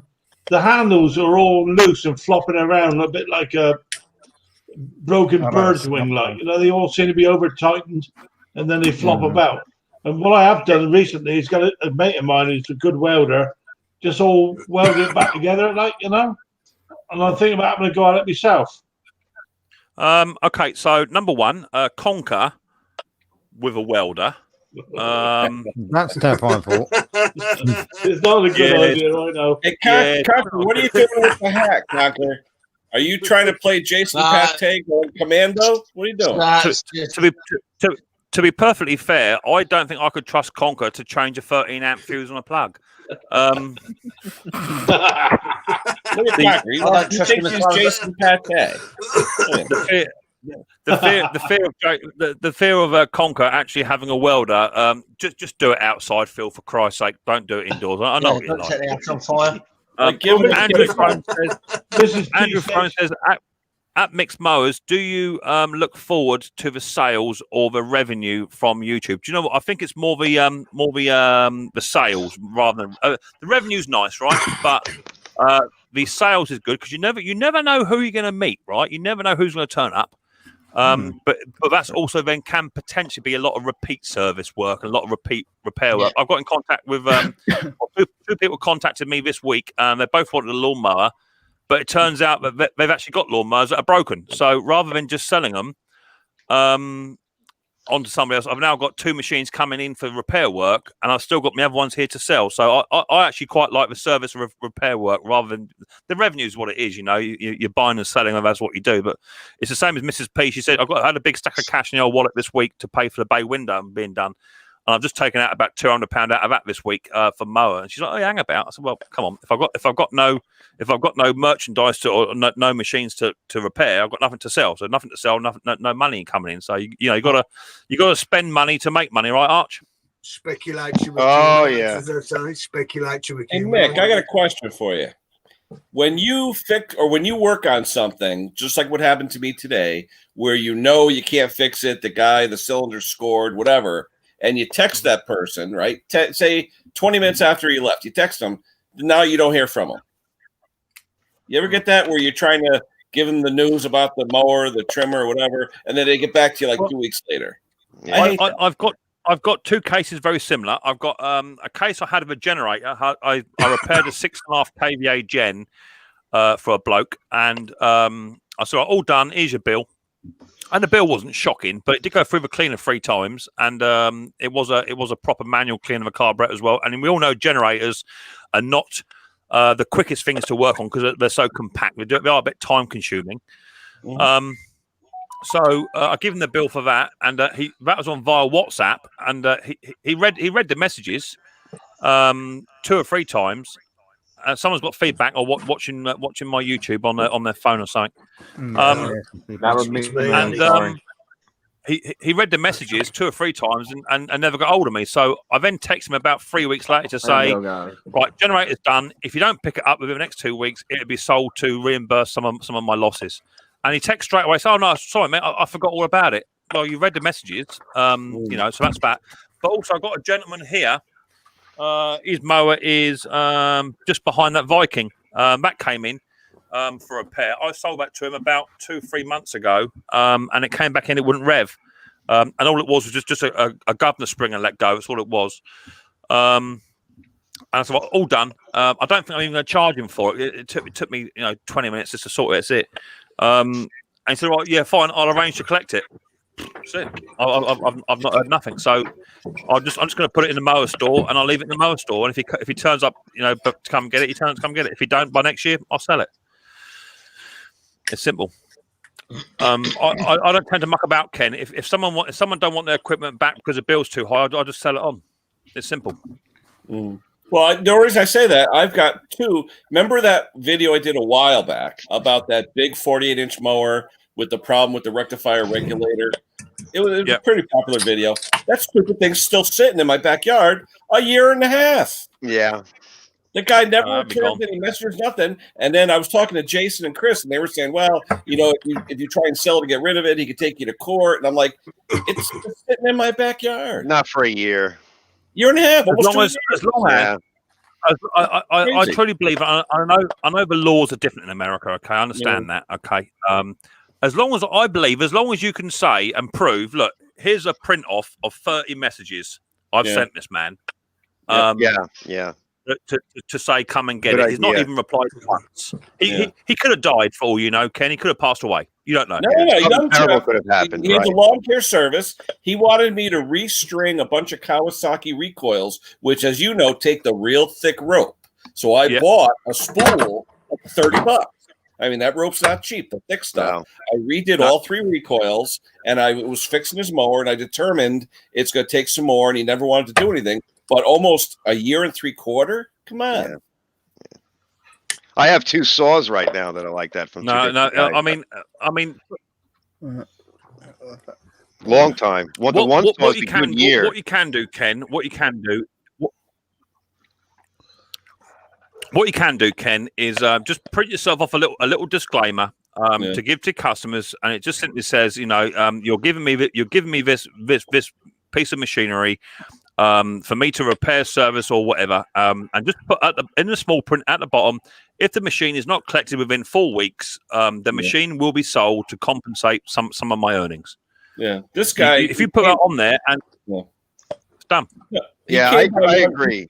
He came by one night in a pinch where he needed a belt replaced real fast to finish a customer's lawn. So I did that, didn't even charge him. Then he drops off this other thing 10 minutes later with a bunch of recoils saying, here, get all this done. And I never haven't heard from him. Yeah. I don't do a lot of repairs, but I've decided that coming this year, I'm going to have contracts. At least a piece of paper that I give to the person prior to any invoice that says if you leave the machine, failure to pay, 10 days, 2 weeks, whatever it is that I come up with. Yeah. Because on my ads, I actually offer a warranty for a lot of the nice machines that I sell. I've done that too. Yeah, I've done that. Yeah. So that's in a contract. And so why not on the repair side? Because it just seems like this past year, I've had 2 saws. Yeah. And I understand life happens and I don't know, whatever, but yeah, come on. That's not fair. No. I mean, you can do it in multiple ways. You can either, because I know that Ken, lots of your guys, as you say, that you come home from work and there'll be 2 items on the driveway with a tag saying fix it. Right. What you can do is you can just message them via Messenger, WhatsApp, or however it is, the same thing. Just say, yeah, I've received your what's name, blah blah blah blah blah. Happy to service, repair it, and then just leave your small print in there to say failure to collect machine within a certain time scale will result in the machine being sold to capture some of the losses. If you just do that. Yeah, this is like a rare case. Most of the time it doesn't happen, but the thing that really gets me is when people yell at you, "Oh, I need it," and then you're done 2 hours later, and they don't want to pick it up for 2 weeks. Oh, I'm on vacation. Yeah, why do you need it? It's like when I had this 6.5 kVA gen. As you know, a 6.5 kVA gen is not exactly a small piece of equipment. Nope. And I can barely lift it myself. So when it's sat on top of your bench or on your workshop floor, it's taking up vital space. Yeah, it's no different. It's no different to a car garage, right? If you put your car into a garage to be repaired, and they put it up on the ramp and they service it, they repair it, whatever it is, they ring you up and say, "Yeah, it's all done. Come and get it." If you don't go there within the next 2 days, your car's out on the road. Oh yeah, because they need that work there. If it gets broke into, they say your fault. Don't do it, me. I told you it was done. Yeah. Yeah, Mick, I like your idea of like grabbing the screenshots, maybe printing it off, and also maybe putting something in the message where you kind of, like copy and paste, and then they see it, and it says that they've seen it, and then you grab that screenshot and maybe print it out, you just put it in the file. And you can throw it out a year from now, but it's in the file. This way, in case something happens and a year goes by, like with Ken, a year and a half, and that machine's still sitting there, you go, hey, you were informed, you saw it. Yeah. Then you disappeared a year and a half ago. Exactly that. When I go down to, there used to be a mower shop down the road for me. It's now since the old COVID, it's now folded. But there's a little sign on his desk as you go in there. I'm only going there for spare parts normally. There's a little tiny bit of paper on his desk that's been laminated, and it just says minimum service charge £20. So that's for a pull cord, change a spark plug, whatever it is. So it's going to cost you £20 just for them to look at it. Okay, and then it says in big red letters, failure to collect within 2 weeks from collection date will result in your piece of equipment being sold to recoup some of the losses. They only give 2 weeks notice. Right. Yeah. And most businesses, because they have it's a very, very small business, as in very small amount of space. They've probably got about 50 mowers in there, and that's them rammed to the roof. Mm-hmm. So they need the machines picked up. So within 2 weeks, you don't collect it, it's sold. Yeah. It's a very simple thing to do. But all I would say is, Ken, with you guys being in America, you might just have to be a little bit more cute about it, because obviously if someone gives you a machine to service and repair, they're not giving you that doesn't give you ownership. That machine does not belong to you. Right. If you have some form of binding contract to say, if you don't collect it, the machine will be sold to cover losses. It's the same thing. Here's my whole problem, guys. I have one problem though. I'm not an LLC or anything, so that's if it was like over the table stuff like that, it's a big difference here in the States. Well, yes, but no. I mean, you're still making an agreement, like in a gentleman's agreement, right? There's that, but there is an agreement here where if you're doing something and there's an understanding, the nice thing about a contract is the lawyers will tell you that it's something to argue. Yeah. It's argued, but a verbal contract can be negotiated as well, and it's pretty reasonable that if you're offering a repair service and somebody hasn't picked it up in a very long time, you were hauled into court, because we do live in a litigious society. Yep. I think most people would understand, the judge or prosecutors would understand that somebody's got to pay somewhere. And so what might happen is that, well, maybe the machine is gone, but maybe you'd have to pay some small fee to the person to make them go away. Yeah. There's unless you have a real contract, and the thing with the LLC is that you personally are not responsible for anything the LLC does. Correct. Yeah, you won't lose your house or property, right. Whatever. Yeah. Right. As you know, but there still has to be something a little bit more than a verbal. Because I've got emails and texts and all that. Yeah, that's good. That's excellent. Yeah. In fact, it's the oldest text in my phone. The problem with a verbal agreement is it can always be disputed. Yes. That's the problem. That's the no problem. proof. Yeah. Well, any contract, a lawyer will tell you that any contract can be disputed. It gives you a concrete place to start the dispute. Whereas a verbal, so what you got to bear in mind also is, I also just recently serviced 3 bits of kit for a fella. He's a professional lawn care guy, and he wants an invoice, or he wants an invoice for the work I've done, which is no problem. I can supply an invoice, not an issue. It's the same thing. If you're supplying an invoice for a commercial guy so he can claim his taxes back and do that sort of stuff against it, he's going to have no problem signing a contract to say, if you don't collect it and don't pay for it, you can't have it back. So it's a bit like saying, let's just say you repair a piece of equipment, right? And let's take that generator, for instance. The generator came in a certain amount of money. It was a little bit more than what I was expecting, but it was a bit more work involved. The generator had been set up for about 3.5 years with fuel in it. Okay, so it came back, and I give him the bill. Now, had he come back and said, "Oh, I'm not paying that," where do you then stand? Do you just say, "Well, fair enough. You can't afford it, so therefore, I'm just going to hand it back to you"? No, not at all. So I've got a contract to say, you're giving me this machine to repair service to the value of whatever it's going to be. And if you don't collect it within 4 weeks is my mandate, the machine will be sold. End of. I don't care if it's professional lawn care guy or if it's Joe Blogs on the street. If you don't pay for your stuff and don't come and collect it, I'll sell it. You know? Yeah. That's what it is. When I fix on a contract, I tell them if you don't pick it up don't pick up, it'll be sold within 30 days. There you go. Yeah, 30 I wouldn't days hold on to a piece of equipment for a year and a half. Hell no. Well, right now it's part of a bush in my woods. I mean, it's actually growing berries, you know. So. And the problem is, Ken, is that you repaired that machine, serviced it, whatever you done to it, so that machine still owes you money. Oh, right now that thing wouldn't start. The fuel's all stale. Everything it's got rust on it. And everything else.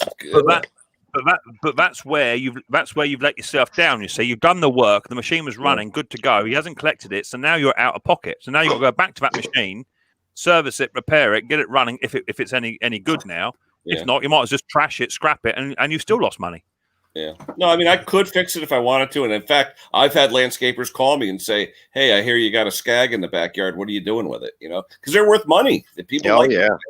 Oh yeah. I would drag it out the bush, Ken, get it serviced, get it running, and just get it sold on. And if a bloke turns up, just as like I say, if you got the texts, just print them off and say, "Look, man, I messaged you, and you didn't reply, you didn't do anything, so therefore it's gone." Yeah. You know, you can even you just tell him he sold it for scrapping. So you can sell whatever you like. It's as far as I'm concerned, it's your property after that amount of time. Yeah. I think any judge would say that as well. Yeah, he was my next door neighbor's best friend, so I figured he'd be embarrassed. You know, you could send out a final notice. Yeah, true. I think that's what I'm going to do with these fellows. But you see, this is where the problem lies. You see, though, isn't it, Arch? Is that the machine was bought in for service repair work? Okay, Ken's done the work, but now, if you sent a final notice out to the fella to say your machine's still here, needs to be collected, or it will be sold. If he turned up and come to collect it, he'll say, "Well, it doesn't run." Yep. No, you're right. Right. It don't run. So you haven't done either the work. way. Yeah. Agreed. You know, so therefore you got to do the work again and only get paid once. Yeah. So I wouldn't even do that. You know, so many people. I mean, it's like Jason. I know that Jason did a job on a generator a little while ago, and the same sort of question came up. But he said to the fella, he got the generator running, and then it was something like, should I drain the fuel out of it, leave it empty until it comes to you? So I think Jason said, yes, you know, that's what I recommend. That way it's guaranteed at the start. But the bloke said, are you guaranteeing me that machine will start? Hell no. If you drain all the fuel out of it and don't use it for a year, it still potentially won't start. You know, but the machine was running when it left his place. That's the key feature, that you can't predict the future. You can only average it out in some kind of scenario, mathematical scenario of statistics. But if it's left the property, you know, and it's running, you did your job. Yeah. Exactly that. It's a very very difficult line to tightrope. You know what I mean? Any problems joining Mixed Stream? I think YouTube. I think StreamYard is playing up in general tonight. My StreamYard is very very slow tonight. I know it is. It is a bit glitchy. But hey ho, it's what it is. So Kenya, my advice to you is get yourself a little tiny contract drawn up. It doesn't have to be super official and legalized by solicitors, but as long as you've got something in paper, if someone signs something to say pick it up within 3 weeks, that gives them. You've already given them the heads up, man. You know what I mean? You can't be fairer than that. Otherwise, that could happen to you 15 times next year, Ken, and you'll have 15 ride-on mowers sat in your yard doing nothing, and you're not getting paid. Yeah, agreed. Especially if, let's say, for example, the economy turns down hard again, which it's probably going to. You may see a rash of things like this going on. Because we've all lived, I think most of us, I know I've lived through several times here in New York where it's like from one day to the next. And the mentality and attitude of everybody here, it shifts, at least for a time. And they're busy with other things. They're like, I can't afford it. Whatever it is, the mentality, they just say, that's it. Well, the heck with that. And you don't know, and they won't answer you. Yeah. Yeah. Yeah, it's a sticky wicket to be in, you know. But had you been all above board and got your whatever it's called, Ken, then that gives you a bit more benchmark. But even so, just a common agreement that's written down, should be fine. 30 days, and it's all gives you the repair to come back. Yeah, exactly that. Yeah, there you go. So you could say pick up within 30 days, or it'll be sold, or you can put a guarantee on it for 30 days. If it breaks down within 30 days, come back and let me know. Do you know what I mean? And that's the thing, right? If you sell a mower, Arch, right, and you say you put a warranty on it on some bits of equipment. 30 days, yeah, on some of them. 30 days. Okay, so let's just say you sold a mower to somebody, right? To a bloke. He's got, you checked him out on Facebook, or whatever. It's just him and his wife, a couple of kids. 35 days in, he says, "Oh, that lawnmower I've got, it don't start." I tell him to bring it back. You can generally tell the first thing is to bring it back. Yeah, bring it back. And you can tell, but you can tell by just working on it very quickly whether they've been in there, had a little look, or in fact they hadn't even touched it. And yeah, it's just a brand new spark plug has now failed. That happens. You can't odds it. Yeah, I've got one for you guys where here's a real iffy. I actually had one last year. I sold it. I want to say like December is like the end of our season, so to speak. And so you get into like the second week of December, you might sell it. It may not have snowed yet, and the leaves are still kind of falling, and you sell a nice machine with a bag, and they're all very happy. And then end of February comes, and they tell you that it kind of isn't working right. And what would be your first reaction? Because you know that right after like the second week of December, everybody shifts to holiday mode. They're not worrying about leaves and whatever. It could snow really hard, and then they can't do anything about it anyway. And then they're into Christmas and the holidays, and by February, it's just lockdown. If it snows, it snows. If it doesn't snow, you're not selling anything.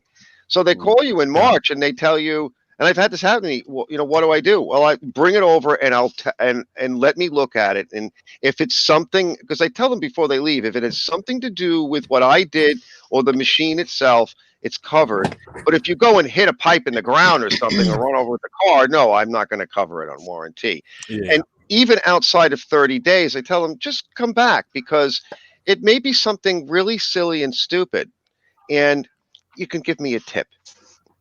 Yeah, exactly that. In fact, this gentleman here whose lawnmower I've fixed, all it was a spring has let go, but I'm convinced it's not the spring I put on there. That's the thing, okay? Right. However, this isn't a mower that I videoed, but I'm darn near certain the spring I put on there was a genuine Briggs and Stratton part. In fact, it was this spring just hither, which is the bigger one out of the two. Yeah. The big spring. The spring that's on there resembles a spring you find out of a ballpoint borrowed pen. That's what it looks like. Yeah.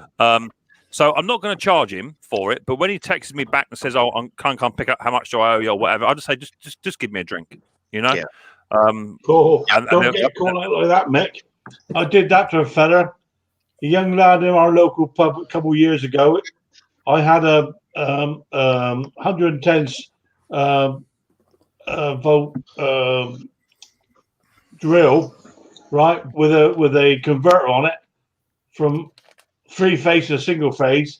I let him out. I said, "Oh, let me have a drink." He bought me a pint of lager. Yeah. Well, I got caught out big time there, mate. I really did. He's paid for it since, mine. Yeah, well, that's the thing. I mean, we're quite quick, aren't we? When you say someone will give me a drink and they give you £2, the next time it comes in for repair, you just I don't know about you, mate. The drinks are 50 quid. Yeah, well, it depends. It depends on the work, Phil. If you do someone a big favour, yeah, definitely. But if you're just doing like a run and repair, 15-20 minutes, a tenner would be fine. But if he turned up and said, "Here's £2," next time it comes in for repair or service, he's getting a £15 on top bill. Absolutely right. Yeah, and that guy did. He got it big time. You know what I mean. So it's going to come back. So I'll try and be as open and as honest as I can. But yeah, if you take the Mickey out of me, then some people don't even bring their machines into me now because they know I won't accept it. You know, and they try, but they leave it on the driveway. Oh, text you, Mick, I've left my mower on your drive, blah, blah, blah, blah, blah. Well, he's telling me £30 from last time, mate. Come pick it up. Oh, I'll pay you it. No, just come pick it up. I'm not working on it.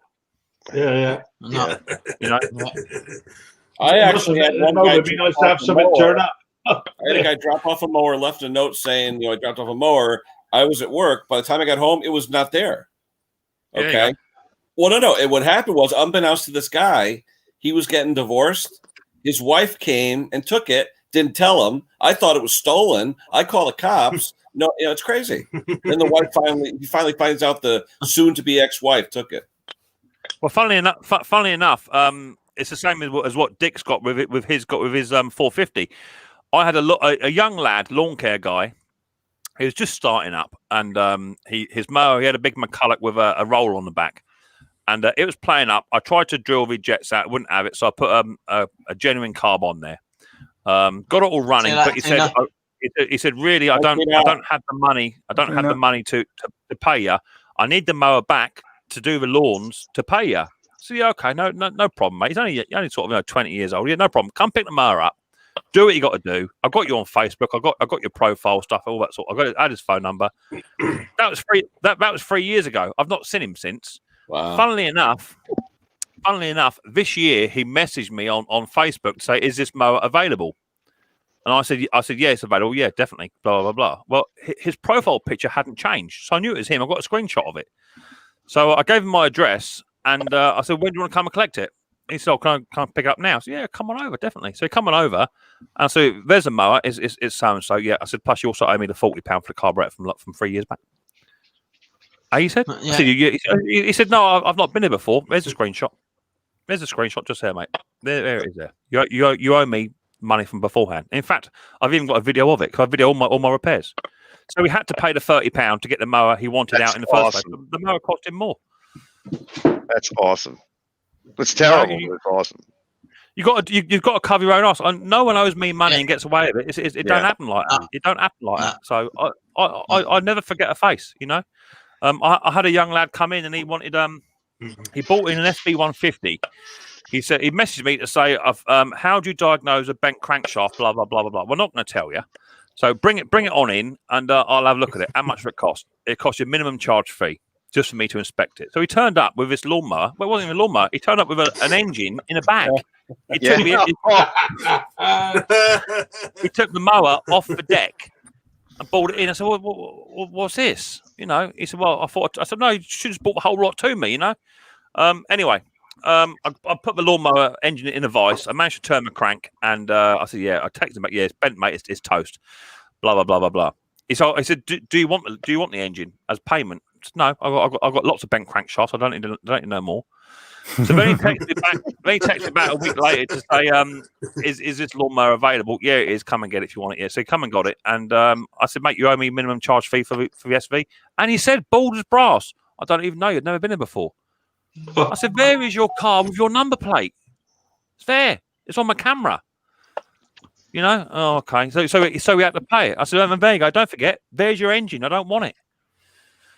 You know, but you get you get people like that. You people like that. Careful. You have to be careful. I got a quick story, and it reminded me of a terrible. It's not even a memory yet. I think it was Ken. You mentioned the soon-to-be ex-wife, right? Well, you know, my thumbnail is my 1969 Nova, and I recently sold it. And a nice fellow from the city. He's actually a lieutenant. He's a cop. And I liked the guy. I wanted him to have it. I had some other people that wanted it, but I liked him. So I sold it to him, and he brought his wife, and she checked it out. And then, I don't know, then she kind of got a toot, and she went into the car and sat in the car. And so we're negotiating the price, and he says, well, could you drop the price a little bit because my wife is giving me a little bit of guff. I said, no, I'm not going there. We've already dropped it enough. I'm not going there. Okay, comes over, he buys the car. He gives me most of it in cash, but to hold the car, he gave me some of it on PayPal. All right, hang there for a minute. So he gets the car, he pays me. We've been talking to each other, chatting. He's been sending me videos and pictures. A month goes by. I get a message from PayPal that the account has been frozen, and this person claims that they never received the merchandise. In this case, it's a car, which he re-registered through New York State Department of Motor Vehicle. How could you not? So I texted him. I said, I thought you were a nice guy, but I guess not. He goes, no. He goes, it's not me. I went, what are you talking about? He says, it's my wife. I went, you got no way. I think I'm being snowed. I'm really upset. He didn't tell her that he bought the car. He has like 5 kids, right? And she freaked out. And I guess he finally brought it home. He must have had it at his friend's house. And she then went to PayPal because she has his PayPal account, and she removed the money they deposited, which put me in a hole and locked my account. Wow. And I was like, I lost sleep. My diabetes went through the roof. I mean, I was a mess from this. Plus it was like I liked him. Like if you can't trust a cop, I mean, I like the guy. Oh, you should never trust a cop. Never trust him. Well, anyway, I said, send me over an email saying that this is a misunderstanding. I said, I don't know what you're going to do because this is illegal. I said, whatever you write, it better be something that doesn't implicate you and or your wife, because this is illegal and it's fraud. So anyway, he sent me over an email. I put all that through to PayPal, and they told me it's going to be like a month before they have to review it. They restored my account because they didn't find any grounds, and now it's still in dispute. My PayPal account is like in the red, and what else am I going to do? I mean, he actually tried to send the money over again, and they froze that too. Wow. So it's really made me sort of rethink this whole conversation. It's made me rethink like everything. Yeah. Today. Yeah, and PayPal is not set up for these kinds of transactions, by the way. They told me that what they really protect, I said, well, who protects the buyer? Because it's always protecting the seller. They said, well, we don't even really cover anything other than like, electronic merchandise, and clothes and things like that, like eBay. Because it's like an eBay. I thought eBay. Yeah, exactly. Same thing on eBay, isn't it? The seller can sell with something, and if there's a dispute, then you get your money back, and the seller's out of pocket. End of. Yeah.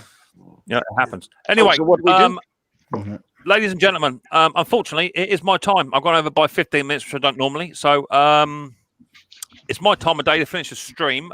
Give us a thumbs up on your way out. Much appreciated. Thank you to Dick, Ken, Conker, Tim, Scotty Boy, and thank you very much, Arch, for coming up and gracing us with your presence. Much appreciated, mate. It's been, thank you.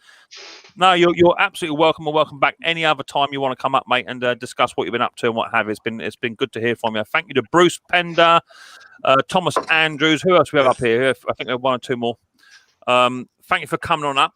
Much appreciated. For those of you that have won a Micks Mowers cheap tacky merchandise, feel free to email me up. If you don't email me up, you don't get. Simple as. If you've got any projects that you're working on at the moment, whether they be halfway through, before or afters, or something you see that's a bit sort of unusual out on your travels, feel free to send me some photographs via my email address on my About page, and I can show other people what you've been up to. If anyone's got any mystery objects that are quite obscure and you think you'd like them to be in the Guess What It Is competition, just send me a complete photograph of the entire object. I will cut it for my own needs, and just send me in the email what it actually is, what it's used for, what it does. So just so I've got a bit of background on it, because some of the things I don't even know myself. Hi, Shane. So that's cool. Should be a video coming out Tuesday. I release videos now on a Tuesday and Friday, and then live stream on a Saturday night. And you might get the odd sneaky one on a Wednesday if I'm up and awake from my night shifts. So that's cool. Plenty of stuff coming out. I've got loads of content here now for you guys and girls to watch, especially with the Tecumseh Fly Mo. That'll probably be chucked in the hedge a few times before I do anything with it. Hi, Dirt Rider. But we'll go from there. So thank you very much for everyone coming in. Give us a thumbs up, as I say. It helps towards the growth of my channel. Don't forget to check out Arch's channel as well. He does a fantastic bit of mower and strimmer restore work. It's good content, so go and check him out. And if you know of any other channels that are doing mower repairs like us, then feel free to share them in the stream, and we can go over there and hit them up as well, because the more channels we have, the more enjoyment we have. So feel free to share those. So thank you very much. I look forward to the next episode of Micks Mowers very, very soon. But until then, people, don't forget, more importantly, take her easy.